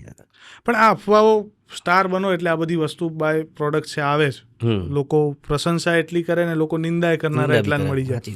ખુદ નેગેટિવ કોમેન્ટો જ્યારે આવે તમારા ઉપર ત્યારે તમે એને કઈ રીતના લો કે બહુ ધ્યાન નથી આપતા? ના, હું ધ્યાન નથી આપતો. હું આપણું કામ કરવાથી મતલબ બસ. કોઈ દિવસ ઇન્સ્ટાગ્રામમાં પોતાની રીલ કે એવું કંઈ મુકાયું હોય? આમ તો મને લાગતું નથી કે તમે કદાચ હેન્ડલ કરતા હશો, કોઈકને આપતા હશો કે જોવો છો પોતાનું? જોઉં છું અમુક ટાઈમે. તમે કોમેન્ટો વાંચો ખરા? અમુક ટાઈમે વાંચું, આમ એટલો ટાઈમ નથી મળતો, પણ વાંચું ખરો, કોઈ દિવસ મળે તો ટાઈમ. અને કોઈ એવું હોય તો સરસ મજાની વાત કરી હોય તો રિપ્લાય આપો ખરા? હા, આપું, કેમ ના આપું. હા ને, આનાથી લગભગ કોમેન્ટો વધશે પાછી કે વિક્રમભાઈ રિપ્લાય આપે છે. કેમ? અચ્છા, નાના હતા ત્યારે મને નાનપણની વાતો જાણવી છે, કારણ કે જે રીતના તમારું અપબ્રિંગિંગ થયેલું, જે રીતના મોટા થયેલા, એટલે ગામડાની દુનિયા, અને હું એ રીતના જ મોટો થયેલો છું. એટલે એ વાતો મારે બધી બહુ સાંભળવી છે, કારણ કે કદાચ વિક્રમભાઈની જે અત્યારની જે દુનિયા છે એના બધા લગભગ ઇન્ટરવ્યૂ, પિક્ચર ને આ બધા માધ્યમથી ઓળખે છે. પણ એ નાનપણમાં કેવી મજાક મસ્તી કરતા, ક્યાં રમવા જતા, ભૂત પ્રેતની બીક લાગતી, કોઈ એવી આંબલી કે પીપળો હતો કે જ્યાં જતા બીતા, આ બધા પ્રશ્નો ભારત. એકચ્યુઅલી ખરેખર હું પહેલાંથી ભૂત પ્રેતમાં માનતો જ નથી, એટલે બીક લાગતી જ નથી. અને નાનપણમાં હું મામાના ત્યાં બહુ રહેતો હતો. દહેગામ વડવાસા મારા મામાનું ઘર છે. ત્યાં બધું જ હળ ચલાવ્યું મેં, ખેતી કરી, પછી બાજરી વાઈએ ખરી ને વાઢીએ ખરી. એટલે નાનપણમાં, અને તમે નહીં માનો, શનિ રવિ જતો રહું રજા હોય એટલે, ને પછી પાછું આવવાનું થાય ને એટલે મામા કે ચલો ભાઈ હવે તારે જવાનું છે. હું કહું હા મામા. તો પછી ત્યાંથી 1 કિલોમીટર ચાલીને બસમાં બેસીને ગાંધીનગર આવવાનું થાય. એટલે હું એવું કરતો હતો કે 6-6:30 સુધી બસ સ્ટેન્ડે બેસી, બસ જતી રહે પછી જતો રહું. પછી કહું ભાઈ મામા બસ તો જતી રહે. એવી રીતે બહુ ત્યાં નાનપણથી ત્યાં રહેવાનો બહુ મને શોખ હતો એમ મામાના ત્યાં. અને સેમ વિથ મી, એટલે મારે પણ એવું જ હતું કે નાનપણમાં મને મામાને ઘેર રહેવાનો બહુ જ શોખ હા. હતો. હવે તો એવા કામ ને એવું થઈ ગયું એટલે હવે અવસર ઓછા મળે, પણ એ આખી દુનિયાની જગત અલગ હોય. પણ નાનપણમાં કઈ રમત વધારે રમતા? નાનપણમાં ગિલ્લી દંડો રમેલો છું. પેલું ક્રિકેટ પણ મને બહુ શોખ, ક્રિકેટનો બહુ શોખ. બહુ ક્રિકેટ તો બહુ રમે હું. આ એક ક્રિકેટ ઉપરની વાતથી મને એક વસ્તુ યાદ આવી. એક ફિલ્મનો સીન મેં જોયો હતો. હા. એક બોલમાં 12 રનની જરૂર છે ને તમે એક બોલમાં 2 છક્કા માર્યા. છક્કા. એટલે પહેલો આટલો ભાગ જોવો ને સીનનો તો એવું થાય કે હા. ના ઇમ્પોસિબલ વાત છે, Possible જ પણ પછી નહીં. પોસિબિલિટી બતાવી દીધી કે દડો તૂટીને 2 પીસ હા. થાય ને 666. હમ. આ જ તમારો વિચાર હતો કોઈ ના, ડાયરેક્ટરનો? ડાયરેક્ટરનો વિચાર હતો. બિપિન બાપોદરા હતા ને હા. એમાં ડાયરેક્ટર, એમનો વિચાર હતો. પછી તમે કીધું કે આવો સીન ના હોય એમ. ના તો મેં કીધું પણ કે આ તો પિક્ચર છે ભાઈ. હા, એટલે પિક્ચરની તો દુનિયા જ આખી અલગ છે. હા, હમ. આવા તો ઘણા સીનો છે કે જે ઘણા બધા, કોઈ મારાથી ફાઇટ બોડી વાળો એનો એક હાથ ઊંચો કરી નાખી દઉં છું, હા, નહીં બનતું એવું. એ પણ એ પિક્ચર છે. પણ એ સાઉથમાં છે ને, એક સાઉથમાં જણ છે, હા. 50 લોકોને ઉડાડે ને આપણે એક્સેપ્ટ કરીએ છીએ. ફિલ્મમાં જો રિયાલિટીમાં તો બને જ છે, બરોબર છે. એ જોવું હોત તો ફિલ્મ જોવા ના પછી, જાત. હા, મનોરંજન film માટે જે નવી વાત જાણવા મળે અમને. સવાલ જ નહીં. અચ્છા, પણ આવા ઘણા બધા અલગ અલગ સીન છે. હવે આમાં તમે જે પેલું હમણાં કીધું ને કે એક ફિલ્મનો સીન હતો કે જેમાં મારો એક્સિડન્ટ થાય છે અને હું મરી જાઉં છું. એક ફિલ્મનો સીન એવો છે કે જેમાં મરી જાઓ છો, બાળી દેવામાં આવે છે અને રાખ છે, અને રાખમાંથી ફરી જન્મ લઈને અવતાર ધરીને આવું છું. અવતાર ધરીને આવો છો. હમ. આવો સીન જ્યારે લખાયો કે યાર આટલે સુધી લઈ જઈને પાછો ઊભો કરો માણસને, એ સીન કોનો લખાયેલો હતો? એ આત્મારામ ઠાકોર. હા, અરે એ તો ગજબના રાઇટર. મારી બીજી જ પિક્ચર હતી બે પરદેશી. ત્યાંથી જ મને થયું કે મારે એક્ટિંગ શીખવી જોઈએ. એમણે પણ મને ઘણો બધો સપોર્ટ કર્યો. અચ્છા, તમે એવું કહી દીધું ભૂતથી બીક લાગતી નથી, એમાં તમે માનતા નથી. માતાજીમાં ભગવાનમાં શ્રદ્ધા ખરી? શ્રદ્ધા ખરી. અત્યારે મતલબ પૂછી શકું તો કદાચ પૂછું કે કયા માતાજીના સાનિધ્યમાં છો? અમારા કુળદેવી ચામુંડા અને શક્તિમાં છે. એટલે માતા તો બધા માતા માનીએ છીએ આપણે, એવું નહીં. ને અમારા ઘરમાં વર્ષોથી રામદેવપીરનો અખંડ દીવો બળે છે ત્યારે હાલ પણ. એટલે રામદેવપીરના મારા પપ્પા પણ બહુ ભગત સારા, ને અમે અમારો આખો પરિવાર પણ રામદેવપીરને બહુ માનીએ. વાહ. અચ્છા, આમ તો એવું કહેવાય કે ઠાકોરો દિલના ભોળા, હા, અને ભોળા માણસ છેતરાય વધારે. ઘણી વખત. વિક્રમભાઈ કોઈ દિવસ છેતરાયા ખરા? ઘણી વખત બહુ ખરો. એટલે મારા નામનો ઘણા લોકોએ ખોટો ફાયદો ઉઠાવ્યો, કોઈનું નામ નહીં દેતો હું. પણ ખોટો ફાયદો ઉઠાવ્યો એનો મને વાંધો નહીં, પણ એના પછી બી મારા વિશે ખરાબ બોલતા હોય છે. ઘણા લોકો એવા છે. હમણાં આપણે ચર્ચા તમે કરતા કંઈક માણસનું નામ પણ તમે દીધું. એટલે એવું ઘણી જગ્યાએ થતું હોય છે. ફિલ્મ લાઇનની વાત કરું, પહેલી પિક્ચર આવી 50-40, બીજી પિક્ચર આવી એ પણ હિટ ગઈ, ત્રીજી પિક્ચર હિટ ગઈ. તો બધા અમુક એવા સિનિયર કલાકારો હતો, એટલે એ લોકો કહે કે ભાઈ આનો સમાજ છે ને એટલે ચાલે છે, કશું નહીં. એક પિક્ચર પછી બીજી પિક્ચર, ત્રીજી પિક્ચર તો ફ્લોપ જ જશે, ચોથી ફ્લોપ જશે. તો આવું ઘણા લોકો મને કહેનારા પાછા એમના જ માણસો કે ભાઈ આ લોકો તારા વિશે આવું બોલે છે. તો ઘણી જગ્યાએ મારો એ રીતે આ લોકોએ વિરોધ કર્યો છે. પણ મેં મારું કામ ચાલુ રાખ્યું, ભાઈ જેને જે કરવું એ કરે, આપણે આપણું કામ કરીએ. આ કામથી મતલબ આપણે. હમણાં વચ્ચે થોડાક ટાઈમ પહેલાં વિધાનસભાની એક વાત ઉપર તમે વિરોધ વ્યક્ત કર્યો, અને એ જોતાં એવું લાગતું હતું, એવો માહોલ બંધાયો હતો, મીડિયાએ માહોલ બાંધ્યો હતો કે હવે વિક્રમભાઈ નજીકના ટાઈમમાં રાજકારણમાં ઉતરી છે. એ ખરેખરમાં રાજકારણમાં ઉતરવાનું પહેલું પગથિયું હતું કે ખરેખરમાં દુઃખ થયું હતું? ના, ખરેખરમાં દુઃખ થયું હતું. કેમ કે અમુક કલાકારોને તમે વિધાનસભા જોવા બોલાવો છો, તમે સન્માન કરો છો. ઘણા બધા એવા સારા કલાકારો છે, સિનિયર કલાકારો છે જે બહુ સારું ગાય છે. તો એ લોકોને પણ ત્યાં લાભ મળવો જોઈએ, એમને કેમ નહીં એમ. મારો મુદ્દો એ જ હતો. મને બોલાયો ના બોલાયો એની વાત જ નથી. હું તો એ વખતે બી કીધું કે મને બોલાવો ના બોલાવો એનાથી મને કોઈ ફરક નહીં પડવાનો, પણ બીજા કલાકારો પણ તમારે બોલાવવો જોઈએ. ને એના પછી તમને ખબર છે કે 300-400 કલાકારો ત્યાં બધાને બોલાયા. મને બોલાયા પણ હું નહોતો ગયો. કેમ કે એવું લાગે હું જાતો કે ભાઈ એને નહીં બોલાય એટલા માટે આને આ બધું કર્યું હતું. એ વાતનું દુઃખ હજી છે કે હવે માફ કરી દીધા? ના, તો વાત પૂરી થઈ ગઈ ને. એને કોઈ યાદ રાખીને કોઈ મતલબ નહીં. અચ્છા, પણ હવે ઈચ્છા છે ભવિષ્યમાં રાજકારણમાં જવું છે? ભવિષ્યમાં વિચારીશ. અત્યારે હાલ તો જો હું એટલું જ વિચારું છું કે ભાઈ ગુજરાતી ફિલ્મ ઇન્ડસ્ટ્રી માટે ઘણું બધું મારે કરવું છે. પિક્ચરો માટે ઘણું કરવું છે. ઇન્ડસ્ટ્રી હજુ પણ આગળ આવે એવા પ્રયત્નો કરી રહ્યો છું. તો જેટલું બને એટલું મારે હજુ ગુજરાતી ફિલ્મોમાં ધ્યાન વધારે આપવું છે. અને પછી એવું લાગશે તો રાજકારણમાં પણ ચોક્કસ જોડાઈશ. વિક્રમભાઈના આવ્યા પછી ઘણી બધી સિંગલ સ્ક્રીનો ફરી ચાલુ થઈ, ઘણી બંધ થઈ ગઈ હતી. એ સિંગલ સ્ક્રીનો ફરી ચાલુ થઈ, ઘણી નવી બની. આ વાત મેં સાંભળી છે. આ વાતમાં કેટલું સત્ય છે? ના, સાચી વાત છે. ઘણા તો સિનેમાવાળા એવું કહે કે ભાઈ તું વર્ષની 3 નહીં 4-5 પિક્ચર બનાવે તો અમારું અમારું થિયેટર ચાલે ને અમારું ભરાયેલું, ગુજરાન ચાલે. ભરાયેલું. હા, કેમ કે મારી પિક્ચર રિલીઝ ના થાય ને તો બંધ થઈ જાય થિયેટર. બંધ થઈ ગયું એટલે પેલા જે રેગ્યુલર ત્યાં નોકરી કરતા હોય એ લોકોને પગાર આપવો પડે, સાફ સફાઈ વાળા પગાર આપવો પડે, ત્યાં બીજા રોજગાર ધંધો બધા હોય, ગલ્લાવાળા, ચાવાળા, એ બધાનું ચાલતું હોય અને મારી પિક્ચર ના આવે તો એ બધું જ પડી ભાગે એમ. તો એ લોકો મને ઘણા બધા કહેતા જ હોય છે, પ્રોડ્યુસર પણ કે, ડિસ્ટ્રીબ્યુટર બી કહેતા હોય છે કે ભાઈ તું શું ને 4 થી 5 પિક્ચર બનાવીશ તું સિંગલ હા. થિયેટર માટે. બનાવો યાર, કેમ નથી બનાવો? એવું ટાઈમ નહીં મળતો. ના પણ ખરેખર એક તો આપણે બેઠકની જ વાત કરો ને, તમે કેટલા ટાઈમથી હું આપણે 1.5 વર્ષથી 1.5 વર્ષથી 1.5 વર્ષ થાય હા. આપણે કંઈક અને ઘણા લોકોની ફરિયાદ હતી કે વિક્રમભાઈને તમે નથી બોલાવતા. ભાઈ હું તો બોલાવતો હતો, વિક્રમભાઈ સમય અનુકૂળ નતો થતો એટલે આમાં મુલાકાત. પણ હું એવું માનું છું ને, જો આમ તમે કદાચ 6 મહિના પહેલા આવ્યો ને, મારો બીજો સ્ટુડિયો હતો, ત્યાં કદાચ આપણે શૂટ કરતા. હવે આ સ્ટુડિયો હમણાં જ બનાવ્યો છે, નવો સ્ટુડિયો છે, કદાચ આમાં 4થું 5મું શૂટ કે એવું કંઈક શૂટ જ હશે. અને બહુ એવા જોગાનું જોગ બન્યા કે સરસ મજાનો પોડકાસ્ટ છે અને ઘણી બીજી નવી વાતો આવી. અને ખાસ કરીને હવે વાત કરીશ વિક્રમ નંબર 1ની. એ ફિલ્મ બહુ જ સરસ છે. ઘણા લોકોએ એની પ્રશંસા કરી. પહેલી વખત જ્યારે ટ્રેલર આવ્યું ત્યારે લાગ્યું યાર આમ સાઉથ સિનેમા જેવી કંઈક ફ્લેવર આમાં પૂરેપૂરી આપી છે. જે છેલ્લા ઘણા સમયથી તમારી જે મસાલા ફિલ્મો હોય છે કે જે તમારી ઓડિયન્સને જોવી ગમે છે, એવી જ પ્રકારની પણ કંઈક નવી વાર્તા સાથે. હવે જ્યારે આવી ફિલ્મ આવે, ખાસ કરીને સ્પેશિયલી આની જ વાત કરીશ વિક્રમ નંબર 1ની, એમાં તો પહેલું એક તો પેલું ગીત બહુ મજાનું હતું વિક્રમ રાજા, પછી ટાઇટલ ફરી ગયું. એની ઘટના શું હતી? એની ઘટના એવું હતું કે ભાઈ અમારા જે નવા પ્રોડ્યુસર હતા મનોજભાઈ, એ લોકોએ જ્યારે મ્યુઝિકનું મુહૂર્ત કર્યું મૌલિકભાઈના ત્યાં એમણે નામ આપી દીધું કે ભાઈ વિક્રમ રાજા આપણે કરીએ છીએ. અને પોસ્ટ બધું ચડી ગયું. પછી થયું એવું કે જે બીજા પ્રોડ્યુસર મારા અંગત મિત્ર જ છે, ભાઈ જ છે, તો એમણે રજિસ્ટ્રેશન કરાવી દીધું આર્યું નામ વિક્રમ રાજા. આમણે નહોતું કરાવ્યું રજિસ્ટર. પછી બધું ફેલાઈ ગયેલી વાત, એનાઉન્સ બી થઈ ગયેલું વિક્રમ રાજાનું. તો હવે કરવું શું? તો પછી એવું વાત થઈ કે ચલો ભાઈ આપણે થોડી લેતી દેતી કરીને ટાઇટલ લઈ લઈએ. એવું બી કર્યું. મુહૂર્તના ટાઈમે, પિક્ચરના મુહૂર્તના ટાઈમે કંઈક પ્રોડ્યુસરને પેમેન્ટ પણ થઈ ગયું હતું. પણ પછી શું અંદર એ લોકોને અંદર શું કઈ પ્રકારની પેલી થઈ મને એકચ્યુઅલી યાદ નહીં, ખબર નથી એમ તો, કે એ લોકોએ શું અંદર વાતચીત થઈ ને પછી છેવટે નામ ના મળ્યું.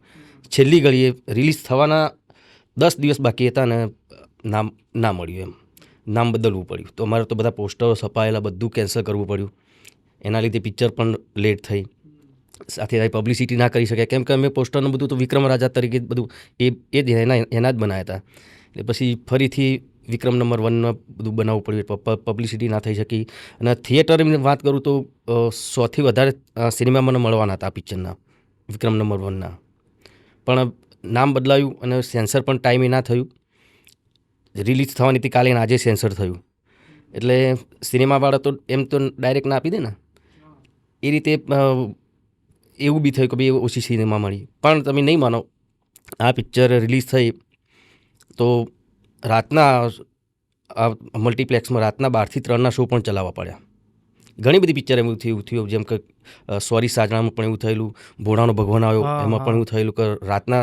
ને મને ખરેખર ખબર ત્યારે પડી, લોકોએ કહેતો એક ટાઈમ નહોતો માનતો, પણ અમારા જ માણસો બધા જે આણંદમાં હોય, અમારા જોડે કામ કરતા, એ લોકો રાત્રે 1 થી 4માં શો જોવા જતા, પિક્ચરનો શો જોવા જતા હતા. અને બીજી કોઈ ગુજરાતી કે હિન્દી પિક્ચર લાગી હોય એને બંધ કરીને એમાં મલ્ટીપ્લેક્સમાં પાછો અમારો શો ચલાવતા હતા. આ પિક્ચરમાં પણ એવું થયું. વાહ, એટલે એ જાદુ તો હજી બરકરાર છે. પણ આમ જોયા જઈએ તો આટલા વ્યસ્ત શેડ્યુલ, આટલા બધા કામ કરતા રહેવાનું દિવસ દરમિયાન બેલેન્સ થઈ જાય ખરું? કે કોઈ દિવસ થાય થાક લાગે, લાવ મહિનો વરસ આરામ લઉં, બ્રેક લઉં, મહિનો સ્વિટ્ઝરલેન્ડ ફરી આવો વિચાર આવે ખરો? વિચાર તો ખરેખર મારા પરિવારવાળા ક્યારનું કહે છે ચલો આપણે બહાર ફરવા જઈએ, પણ મારી જોડે ટાઈમ જ નથી મળતો મને. અને થાય છે કે ખરેખર પરિવાર જોડે સમય વિતાવવો જોઈએ મારે, પણ એટલી બધી વ્યસ્તતા હોય છે અને મારા લીધે ઘણા લોકોનું ગુજરાન ચાલતું હોય છે. તો હું એ પણ વિચારું છું કે ચલો ભાઈ હું આ વસ્તુ નહીં કરું, પ્રોગ્રામ નહીં કરું, બરાબર? તો પ્રોગ્રામમાં તમે નહીં માનો કેટલા હજારોની સંખ્યામાં લોકો આવતા હોય છે. અને આપણો પ્રોગ્રામ હોય એટલે મેળો લાગી જાય આખો ત્યાં. તો ચકડોળવાળાથી લઈને બધાને કંઈ ને કઈ રીતે એ લોકો કમાતા હોય આપણા પ્રોગ્રામથી. આપણી પિક્ચરની વાતમાં એવું જ છે કે જેમ થિયેટરની વાત કરી, આપણું પિક્ચર ના હોય તો સિંગલ થિયેટર બંધ જ થઈ જાય. તો એ બી મારે રેગ્યુલર રાખવું પડે છે. એટલે અને તમારો પ્રોગ્રામ જોવા તો લગભગ મને યાદ છે, અમારા એક મિત્ર છે એ સાણંદથી નહીં, ગાંધીનગરથી સાણંદ સુધી સાયકલ લઈને આવતા ઓહો. અને બહુ ગજબના ફેન હતા. એટલે અત્યારે તો ઘણા ટાઈમથી મારા સંપર્કમાં નથી, પણ એ એવા, અને મેં જોયા છે છોકરાઓ 2-2, 3-3 સવારી બેસી અને દૂર દૂર 50-50 કિલોમીટર લાઈવ શો જોવા માટે આવે. અને આવી ફેન ફોલોઈંગની વચ્ચે કદાચ તમે શો બંધ કરી દો તો કદાચ એમને ધ્રાસકો લાગે, એટલે ફરવા જતા નહીં એવું કહીશું. ના, જઈશ તો ખરો, જોઈએ ટાઈમ તો પરિવાર માટે તો કાઢવો તો પડશે ને. કાઢવો પડશે, કારણ કે બંને વસ્તુ બેલેન્સ કરવી બહુ બહુ જરૂરી છે. જરૂરી છે. અને આમ એવું બને કે હવે આટલી બધી વ્યસ્તતામાં હોય ને દીકરાઓ દીકરીઓ ક્યારે મોટા થઈ જાય ને ખબર જ ખબર ના હતી. પડે. હા, એમ ને. અને આવું બન્યું છે તમારે ક્યારે એવું લાગે કે આ લોકોનું બાળપણ મિસ થઈ ગયું કામના ચક્કરમાં? બન્યું જ છે, કેમ કે હું મારા દીકરા કે દીકરી જોડે એટલો સમય મેં વિતાવ્યો જ નથી જેટલો વિતાવવો જોઈએ મારે એક પપ્પા તરીકે. તો હમણાં તો મારી દીકરી 12માં આવી ગઈ, મને ત્યારે ખબર તું આટલું 12માં ભણસ તું, મને એવું થઈ ગયું. હું કહું હમણાં તો તું નાની હતી ને આવડી મોટી થઈ ગઈ. એટલે એવું થાય કે ભાઈ સારું છોકરાઓ માટે પણ ટાઈમ નથી નીકાળી શકતો એમ. અને એના એક દીકરી માટેનું એક બહુ મજાનું ગીત લખ્યું હતું તમે, હા, ગાયું હતું, એ કદાચ ગઈ શકો 2 લીટી અત્યારે. આ માવતરનો સાચો સહારો, મારી દીકરી છે તુલસીનો ક્યારો, એની મમતાનો કોઈ ના કિનારો, મારી દીકરી હો હો, મારી દીકરી છે તુલસીનો ક્યારો, આ માવતરનો સાચો સહારો. સુપર. ઘણા બધા ગીતો માતા પિતા વિશેના બહુ બધું સાંભળતા હોઈએ, એટલે પણ આ ગીત મારું, તમારા બધા ગીતોમાંથી ઘણા બધા ગીતો મને ગમે છે, પણ એમાં સૌથી પહેલા નંબરનું ગીત હોય ને તો એ આ છે મારા માટે. અને આ ગીત જ્યારે રિલીઝ થયું ને ત્યારે લગભગ મેં મારા યુટ્યુબમાં નહીં તો 50થી વધારે વખત વગાડ્યું હશે. અને એક અલગ લાવો છે તમને સાંભળવા, અને એમાં લાઈવ સાંભળવા. આ કદાચ હું એમ કહીશ કે સૌભાગ્યશાળી છું તમે આજ બેઠા છો ને તમને સાંભળી રહ્યો છો. પણ આમ જોવા જઈએ તો તમને પોતાને પર્સનલી શોખ કયો કે આ વસ્તુ કરવી મને બહુ ગમે? એકચ્યુઅલી મારો શોખ તો સિંગિંગ અને ફ્લૂટ વગાડવાનો વધારે. એક્ટિંગનું મેં ના કીધું, તો પછી એક્ટિંગમાં એનો મેન તો મારા સિંગિંગ અને ફ્લૂટ. ના, પણ આમ નવરાશમાં બેઠા હોય અને એમ કે શોખ એટલે એક બહારની વસ્તુ, આ કદાચ આ તો હવે શોખ પણ છે ને કામે થઈ ગયું છે, પણ હવે એવું કે જે બહારનું છે જે કામમાં નથી આવતું એવો શોખ. એવો શોખ ક્રિકેટ. પછી જાઓ ખરા રમવા? હા, અને શૂટિંગમાં બી બેટ ના દડો જોડે જ હું તો જ્યારે બી ટાઈમ મળે લંચ પડે તો રમી દઈએ અમે. તમારી ફિટનેસ બહુ સરસ છે, જીમના ઘણા વિડીયો જોતા હોઈએ તમારા, તમને જોઈને ઘણા બધા છોકરાઓ મોટિવેટ થતા હોય છે. મેં તો ઘણા બધા કલાકારોને કીધું છે કે ભાઈ મારા ટ્રેનરને મેં મોકલેલો કે તું જા ભાઈ ને પેલાને તું કે ભાઈ તમે જીમ કરો એમ, ને પૈસા ના તો પૈસા હું આપીશ, તોય નહીં કરતા. ઘણા બધા મારા મિત્ર કલાકારો છે, હું એમને કહું છું કે કરવું જોઈએ એમ જીમ. જીમ કરીએ લગભગ ડાયટ પણ એક ફોલો કરતા, તમે ડાયટ ફોલો કરો છો કે એવું નહીં? ના, એવું નહીં. ખાવામાં તો આપણી મરજી, કસરત કરી લેવાની. હા, ઓકે. પણ શું આમ રૂટીનલી ખાવાનું શું રેગ્યુલરલી શું આવે? રેગ્યુલર તો ખીચડી હોય, શાક રોટલી હોય, બાજરીનો રોટલો વધારે હોય અમારા ઘરે, માખણ હોય, બસ. હવે સિઝન છે તુવેર ટોઠાની. હા, તુવેર ટોઠામાં બહુ ભાવે એમ. આ થલતેજમાં બહુ સારા મળે છે એવું મેં સાંભળ્યું છે અને ખાધા પણ છે મેં. અચ્છા. ના, આમ તો નોર્મલી આપણે બધા ખેતરમાં એમ પ્રોગ્રામ કરતા હોય એવું ચાલુ થાય, એમાં આમંત્રણ હોય ખરું? ઘણી વખત, પણ એવું ટાઈમ ના હોય પણ મંગાઈ દઉં ખરું. મંગાઈ લો ખરા એમ? ઓકે. અને ખાવાનું કેવું, આમ તીખું ભાવે કે મીડિયમ? મીડિયમ. તીખું નહીં? ના, બહુ તીખું નહીં, તળેલું નહીં, તેલવાળી વસ્તુ બી બહુ ઓછી, અને બહારની તો નહીં જ. જીવનની હવે સફળતાની વાત કરતા હોઈએ એટલે આમાં બધાના યોગદાનનું બહુ મહત્વ છે. હવે આપણે એમ કહીએ ને પ્રમુખતમ યોગદાન કોનું, તો માતા ને પિતાનું. તો હવે આ તમારા જીવનમાં મમ્મીનું અને પપ્પાનું શું યોગદાન રહ્યું છે તમારી સફળતા માટે, એની વાત કરી શકો તો?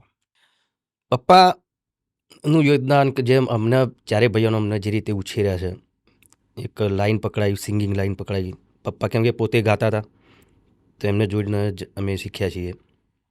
મમ્મીનું પણ સપોર્ટ એટલો જ કે કોઈ પણ કામ હોય તો મને કદી ના નહીં પાડી મમ્મીએ કે ભાઈ ના, તારે ના કરવું જોઈએ. કેમ કે જેમ કે પ્રોગ્રામોની વાત કરું તો સળંગ પ્રોગ્રામ ચાલતા હોય તો એ મમ્મી, હું આવું તો મારી મમ્મી રાત્રે ઉઠીને સવારે 3-4 વાગે ઉઠીને મારા પગ દબાવે કે મારો દીકરો થાકી ગયો હશે. તો હું કહું મમ્મી એવું ના કરી, મારા તારા પગ દબાવવાના હોય, એટલે આ રીતે પણ ઘણો બધો સપોર્ટ મારા મમ્મી પપ્પાનો થયેલો છે. મને ખાસ મારી ધર્મપત્ની. એનું કારણ એ કે ભાઈ ફિલ્મ લાઈન એવી વસ્તુ છે કે કોઈ બી વાઈફના કોઈ હિરોઈન જોડે કોઈ હીરો કામ કરતો હોય એનો પતિ, તો થોડુંક ને એમ મારી વાઈફ પાછી ગામડાની છે, એટલે ગામડાની હોય એટલે કેવું હોય તમને ખબર છે. એ શહેર ના હોય તો તકલીફ તો થાય જ. ના પેલું ગામડામાં વધારે થાય કેમ થોડું એમને આજુબાજુવાળા બી કહેતા હોય ને કહેતા હોય ને, હા કે ભાઈ આ તારો ધણી એવા પિક્ચરોમાં કામ કરે, હિરોઈનો જો ડાન્સ કરે જોઈએ તું ને. સાચું પણ ભાઈ. એનો મારી વાઈફનો બહુ સપોર્ટ, એને કદી પણ એ બાબતે કદી મને ના નથી પાડી એમ. કોઈ દિવસ એવી ફરિયાદ કે ભાઈ તમારે આવું નહીં કરવાનું, આમ ના નહીં ના કરવાનું? કદી ક્યારે નહીં, નહીં? કદી નહીં. અચ્છા, પણ ફિલ્મોમાં જ્યારે પહેલી વખત આવ્યા ને આવા સીન કરવાનું, કે હવે આપણે જે કુટુંબમાંથી ઘરમાંથી આવતા આપણે તો પેલું પત્ની હોય એને ખભે હાથ ના ના મૂકતા મૂકી હોય, શકીએ સાચી અને વાત. એમાં હિરોઈનને આમ બધ ભીડ ફરવાનું આવે તો એ સંકોચ થતો શરૂઆતમાં? થતો ને બહુ સંકોચ તો અત્યારે હાલ પણ થાય છે એમને એવું નહીં કે નહીં. તમે કીધું હવે કે આટલા સમય પછી ના ના ફાવટ તો આવી એ ગઈ હોય. થાય તો ખરું, પણ શું એક આપણે ખબર છે એક્ટિંગ કરી રહ્યા છે એટલે એ પ્રમાણે પછી કરવું પડે એમ, ને કરીએ જ છીએ. અચ્છા, પણ છતાંય તમારા ફિલ્મોમાં એવા કોઈ સીન નથી હોતા, કારણ કે અત્યારની ફિલ્મોમાં કિસિંગ સીન તો બહુ નોર્મલ થઈ ગયા. આવી કોઈ દિવસ કીધું છે કોઈ ડાયરેક્ટરે કે કોઈ પ્રોડ્યુસરની ડિમાન્ડ રહી હોય કે ભાઈ સ્ક્રિપ્ટની ડિમાન્ડ છે કે કિસિંગ સીન હોવો જોઈએ ને? ના ના પહેલાં તો એવી સ્ક્રિપ્ટ જ આપણે પસંદ ના કરીએ ને કે આવો કોઈ સીન હોય. એટલે પિક્ચર પસંદ કરતા પહેલા આખી સ્ક્રિપ્ટ અત્યારે સાંભળો ખરા? હા હા હા, scene by scene, scene by scene. એમાં આવું કશું હોવું ના જોઈએ, એમ કોઈ વલ્ગર કોઈ વસ્તુ ના હોવી જોઈએ, ડબલ મિનિંગ કોઈ ના હોવું જોઈએ, બધું જ. કોઈ વખત છેતરાયા ખરા આ રીતના કે કોઈક અમુક ટાઈમે હોય ને ડાયરેક્ટરો કે પ્રોડ્યુસરો એક થોડી સ્માર્ટનેસ બતાવવાનો ટ્રાય કરે, તમને સંભળાયું કંઈક જુદું હોય ને બને કંઈક જુદું? હા, એવા એક બે ડાયરેક્ટર હતા કે જેમણે જ્યારે મારી સામે રજૂઆત કરી તો લાગ્યું કે હા ક્યાં બાત હે, જોરદાર, એમ સાઉથની પિક્ચર જેવું. ને જ્યારે પિક્ચર બની એટલે જ્યારે બનવાની ચાલુ થઈ ત્યારથી મને ખબર પડી કે આ તો કશું જ નહીં એમાંનું. એવા છે એક બે ડાયરેક્ટર, આપણે નામ નહીં દેવું કોઈનું. રહેવા દો. પણ હવે બીજી ફિલ્મો લઈને આવે જ ખરા ડાયરેક્ટરો? ના હવે શું મોઢું લઈને આવે, એમને ખબર છે કે Okay. ના જ પાડવાનું છે એટલે પછી કે સવાલ જ નહીં. અને હમણાં વાત કરતા હતા, મેં કીધું ઠાકોરો દિલના ભોળા હોય ને ભોળો માણસ છેતરાય વધારે, તમે કીધું હું બહુ છેતરાયો, પણ એવા છેતરાવાના બીજા કદાચ બે ચાર કિસ્સા તમે કહી શકો નામ લીધા વગર આપણે? અ, એટલે મારી જોડે કોઈએ બહુ ખોટું બી કર્યું છે, જેમ કે એક પ્રોડ્યુસર હતા જેમની મારી પિક્ચર કરવાની હતી, એડવાન્સ પેમેન્ટ બી મને આપી દીધેલું હતું, અને મેં કીધું ભાઈ હું ત્યારે મારી 3 પિક્ચર મેં સાઇન કરી છે, 3 પિક્ચર પૂરી થાય પછી તમારી ચોથી પિક્ચર કરીશ. પણ એને એવું હતું કે ના મારી પિક્ચર પહેલાં કરે, તો મેં ના પાડી દીધેલી. તો મારો પ્રોગ્રામ હતો, પ્રોગ્રામ પૂરો કરીને હું ઘરે આરામ કરતો હતો. સવારે 5 વાગે વ્યક્તિ આવ્યા પ્રોડ્યુસર, મને એમણે પેમેન્ટ આપેલું હતું અગાઉ, પણ કે મારા વાઉચરમાં સહી તમારી કરવાની રહી ગઈ હતી, સહી કરી આપણને હું ઊંઘમાં જ હતો ને આપણો વિશ્વાસુ માણસ હતો, ભાઈબંધ હતા પ્રોડ્યુસર, તો મેં સહી કરી દીધી. તું જોયું ને કેટલા પૈસા એને લખેલા છે, શું ને શું નહીં. પછી બીજા દિવસે ફોન આવ્યો કે ભાઈ પિક્ચર તમારા ત્યાં ના કરવું હોય તો મને મારા પૈસા પાછા આપી દો. હું કહું કંઈ વાંધો નહીં, તમે મને જે પૈસા આપ્યા છે બરાબર એ તમે પાછા લઈ જાઓ, ફરી જ્યારે કરવું ત્યારે કરીશું. મને એક આપ્યા હતા મને પેમેન્ટ, એનાથી 3 ગણું પેમેન્ટ એને મારી જોડે માગ્યું કે મેં તને આટલા આપ્યા હતા એમ. મેં કીધું ભાઈ તમે આટલા જ આપ્યા છે, ભાઈ વાઉચરમાં મને બતાવી દીધું, જો આ સહી તમારી, તમે સહી કરેલી છે, આટલા પૈસા તમે લીધા 3 ગણા. પછી હું તો સાચો હતો એટલે મેં બી લડત ચાલુ રાખી, ભાઈ હું નહીં પાછો પડું, ભાઈ મારે તો મારું મહેનતના પૈસા ખોટા કેમ આપી દઉં એમ. પછી એ રીતે કેસ ચાલ્યો સામાસામી. હું ઘણો ટાઈમ 1 મહિના તો બહાર જ રહેવું પડ્યું મારે, કેમ કે મારી ઉપર બી કેસ કરેલો હતો ને તમને ખબર છે કેવું હોય છે અત્યારે તો, જે સારું નામ થયું હોય એને બદનામ કરવા માટે ગમે તે, તો પોલીસ પણ મને શોધતી હતી. અને મેં એ વખતે મારે એક બાજુ પિક્ચરોનું શૂટિંગ ચાલુ, એ બંધ રાખીને મારે ભાગવું પડતું હતું, ઘેર નહોતો રહી શકતો, હું શૂટિંગ નહોતો કરી શકતો. તો પછી છેવટે પછી 2 મહિના સુધી આવું ચાલતું જ રહ્યું. પછી વિચાર્યું કે સારું આમાં બહુ દોડવું નહીં આપણે, ચલો ભાઈ આપી દો પૈસા, આ એના નસીબના છે. તો પૂરેપૂરા પૈસા એને જે મને આપ્યા તેના કરતાં 3 ગણા પૈસા એને મારી જોડે લઈ લીધા ને મેં આપી દીધા. અને પછી પાછું એમાંય કહે છે પછી બધું થઈ ગયા પછી કે મારી જોડે કામ કર, મારી જોડે પિક્ચર બનાય, હું તને બધા પૈસા પાછા આપી દઉં. હું કહું ભાઈ ના, તારી જો જિંદગી પિક્ચર ના બનાવું. શીખી ગયો ભાઈ. હા. અચ્છા, પણ આ તો છેતરાવાનો એક કિસ્સો થઈ ગયો. જીવનમાં ક્યારે આમ એવો દિવસ હતો જ્યારે બહુ સૌથી વધારે દુઃખી થયા હોય? હા, મારા મમ્મી ઓફ થઈ ગયા ત્યારે. એ દિવસ સૌથી વધારે દુઃખનો, અને એક દીકરા માટે સૌથી વધારે જીવનમાં કદાચ સૌથી દુઃખી દિવસ એ જ હોય. અને એવું લાગે છે કે અત્યારે એમ કારણ કે દરેકનું એવું હોય કે યાર મમ્મી તો રહેવા જ જોઈએ હંમેશા, કારણ તો હજી ઘણું આગળ જવું છે. માં હોય તો એ તમે જે વાત કરી હમણાં કે સવાર 3-4 વાગે આવું મમ્મી પગ દબાવે, હવે એ જ્યારે એ સાનિધ્ય નથી તો હવે એ ખાલીપો વર્તાય ખરો? વર્તાય ને કે માં તો એ માં છે ને, એના વગર તો બહુ અઘરું છે. અને એક કદાચ માનો ભાવ રાખીને કંઈક એમના માટે સમર્પિત કંઈ શ્રદ્ધાંજલિ રૂપે 2 કડી કદાચ ગઈ શકો તો. ડગલે ને પગલે મને માં ઘણી યાદ આવે તું, કદી ના ભૂલું મમતા તારી હું, હો માં તારા વિના કેમ હું જીવું, હો ડગલે ને પગલે મને માં ઘણી યાદ આવે તું. પણ પેલે બહુ ગજબ. અને ઘણી વખત એવું બને કે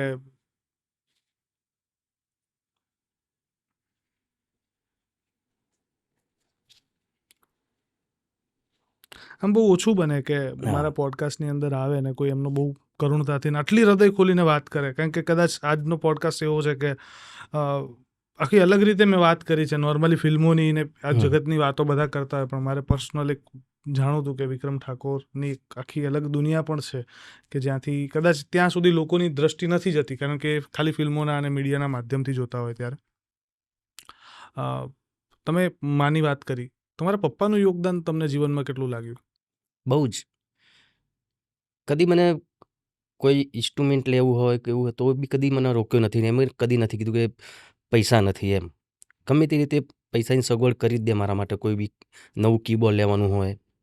અને એટલો સપોર્ટ કે કોઈ પણ ભજનમાં રાઈ જાય તો મને જોડે લઈને જતા હતા.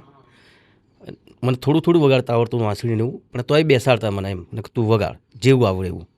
તો ઘણા બધા ડાયરાઓમાં મને લઈ જતા, મને વગાડવાનું કહેતા અને ગાવાનું પણ કે ભાઈ તું ગાવાનું પણ ચાલુ કર. તો એ રીતે મને પપ્પાએ બહુ સપોર્ટ કર્યો, મારા મોટા ભાઈઓએ પણ મને બહુ સપોર્ટ કર્યો. મેં કીધું ને કે 1-1.5 વર્ષથી જ્યારથી શરૂ કર્યું ને ત્યારથી લોકોની કોમેન્ટ આવે છે. કોમેન્ટમાં ઘણી વખત એમના પ્રશ્નો પણ આવે છે. એટલે મેં એવું વિચાર્યું હતું, મેં કીધું હવે કદાચ આમ દરેક લોકોના તમે આન્સર કદાચ કરી શકો ન કરી શકો, તો મેં કીધું થોડા ઘણા સવાલ જે મને ગમે મેં કીધું એમાંથી લીધા અને તમને પૂછીશ, જેથી કરીને તમે મને કદાચ એમાં જવાબ આપી શકો. આ બધા પબ્લિકના સવાલ છે આવેલા.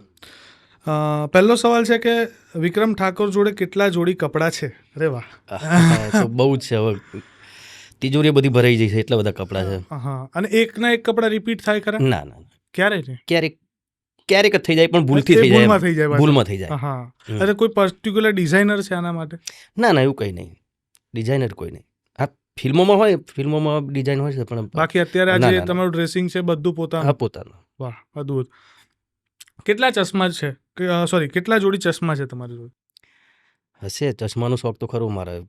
બહુ નહીં તો 30-40 જોડી તો હશે જ આરામથી. આ સવાલ થોડોક જોરદાર છે. કેટલી ગાડીઓ છે વિક્રમ ઠાકોર જોડે? ગાડીઓ ફોર્ચ્યુનર એક, પછી ટવેરા હતી, પછી તુફાન છે રિધમવાળા માટે. બસ. શોખ નહીં, ગાડી ચલાવતો જ નહીં પહેલાં તો. હા, આ સવાલનો જવાબ તમારે આપવો હોય તો આપજો, કે સવાલ થોડો અઘરો છે. અઘરો નથી આમ તો. એક ફિલ્મના વિક્રમ ઠાકોર કેટલા રૂપિયા લે છે? તો એ જણાવી દઉં કે ગુજરાતી જે બી એક્ટર લેતા હોય છે એનાથી વધારે. અરે વાહ. લાગે છે કે વિક્રમ ઠાકોર બ્રાન્ડ છે? અચ્છા, હવે તો એ તો દુનિયા, ચાહકોને ખબર જ છે. વાહ, હવે તો દુનિયાને લાગે છે. હા. ગાંધીનગરમાં ક્યાં રહો છો? ગાંધીનગરમાં કુડાસણ. બોલિવૂડમાં જવાની ઈચ્છા છે વિક્રમ ઠાકોરની? છે ઈચ્છા.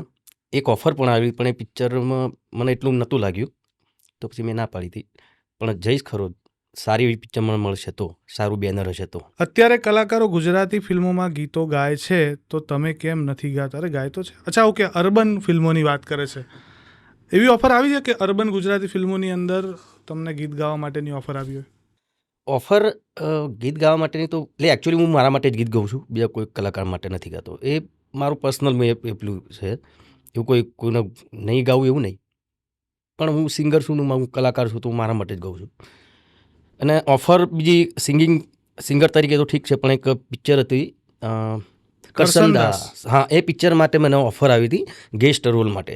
હા કેમ કે જે હીરો હતો કેરેક્ટર એ વિક્રમ ઠાકોરનો આશિક હતો. આશિક છે, હા તો એ લોકો કંઈક પિક્ચર જોવા જાય છે વિક્રમ ઠાકોરનું, એમાં કંઈક એવું સિનેમામાં પિક્ચર બતાવ સોંગ બતાવે છે.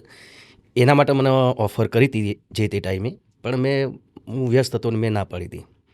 તો એ મારે કરવું, રિયલ હીરોને ત્યાં મારે કરવાનું હતું.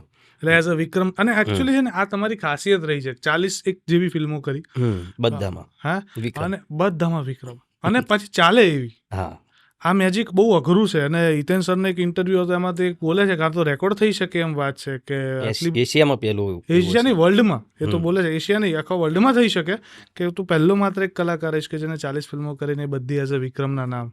આમ કોઈ દિવસ થાય કે હવે નામ બદલીએ, કેરેક્ટર પ્રમાણેનું નામ રાખીએ? નહીં, એટલે એકચ્યુઅલી વિક્રમ નામ એવું છે કે જે દરેક કેરેક્ટરમાં ફિટ બેસી જાય.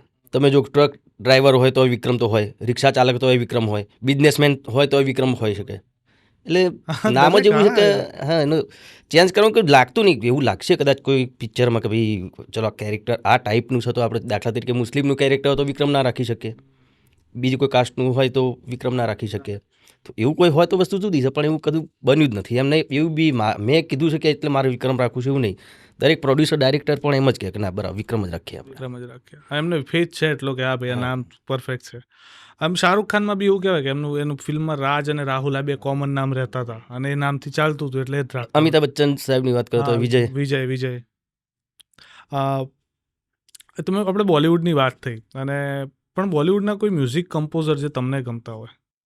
ઘણા બધા છે. લક્ષ્મીકાંત પ્યારેલાલ લઈ લો તમે, અત્યારના તો તમે પછી નદીમ શ્રવણ, હા અત્યારના બી ઘણા બધા છે. પણ એ દાયકો જે હતો ને સોંગનો, જે 80-90ની અંદરનો, એ વખતનું જે સોંગ બનતા હતા, જેની ક્વોલિટીથી લઈને બધું, એ જોરદાર મને બહુ ગમતા એમ.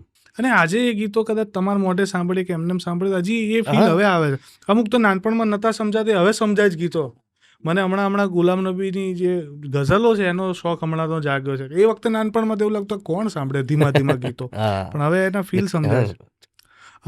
તમારી જોડે એવું બન્યું છે કે બહુ પહેલાં કંઈક ગીત આવ્યું હોય કે કોઈ રચના આવી હોય જે સાંભળ્યું હોય ન સમજાયું, હવે એ સમજાતી હોય? ના, એવું તો કદી બન્યું નથી એમ. અચ્છા, હમણાં આપણે ઘણા બધા ગીતો એવા છે કે આમ બધા સિંગરો કહેતા પણ હોય કે ગીત ગાઉં તે ફીલથી ને લાગણીથી ગાવું પડે, અને એ લાગણી હોય ને તો જે ગીત એવું દીપી ઉઠે એમ. તમારા કેસમાં એવું બન્યું છે? કારણ કે તમે હમણાં એક વાત કરી કે મારે પ્રેમ જેવી કોઈ ઘટના નથી, સીધા લગ્ન થયા, પણ જેની સાથે થયા એની સાથે જ પ્રેમ થયો, પણ બેવફાના ગીતો તમારા સુપર ડુપર હિટ, ને એ લાગે કે હા ખરેખર હમણાં જ કોઈક છોડીને ગયું છે વિક્રમ. ના, એ તો બધા ચાહકોની ડિમાન્ડ, લોકોને જે અત્યારના જે છે બધા યંગ લોકોને, ખાસ કરીને મારા જે ચાહકો છે એમને આ ટાઈપના ગીતો વધારે ગમતા હોય છે. ના, પણ એ ગાવું, એ ગાવાની પાછળ જે બેવફાનો ભાવ લઈને આવો, હા, કે એવું તો રિયલ લાઈફ તો એક્સપિરિયન્સ જ નથી કાંઈ. એવું જરૂરી થોડું હોય કે એવું થયું તો.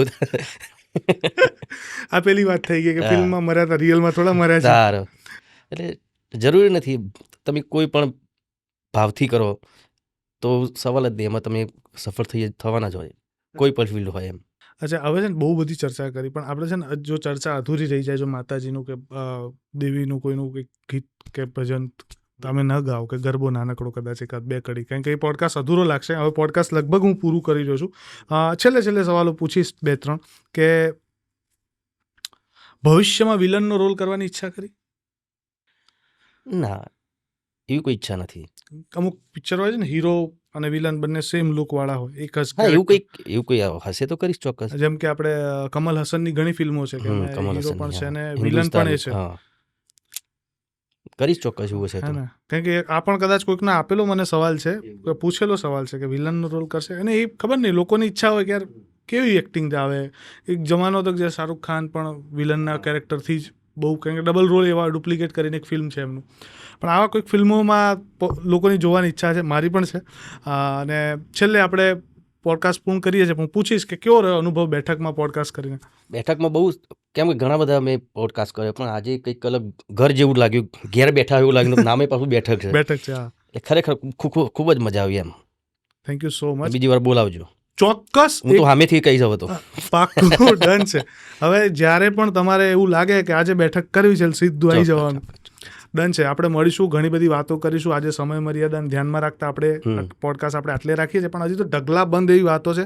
હજી કદાચ મને એવું લાગે છે કે વિક્રમભાઈનું જે જીવન છે એની ઉપર એક આખું પુસ્તક લખાય. તમે ઘણી વખત કીધું છે કે મારી બાયોપિક ને મારું પુસ્તક લખાય એવી મારી ઈચ્છા છે.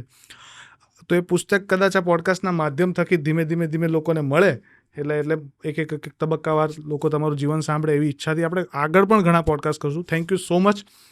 અને છેલ્લે કદાચ એકાદું તમે ભજન કે ગરબો કંઈક કહી શકો માતાજીનું. હો મને દર્શન દેજો એકવાર, હો મને દર્શન દેજો એકવાર, શક્તિમાં તમારા વિના મને ગમતું નથી, હું માડી તમારા વિના મને ગમતું નથી. Thank you so much. Thank you.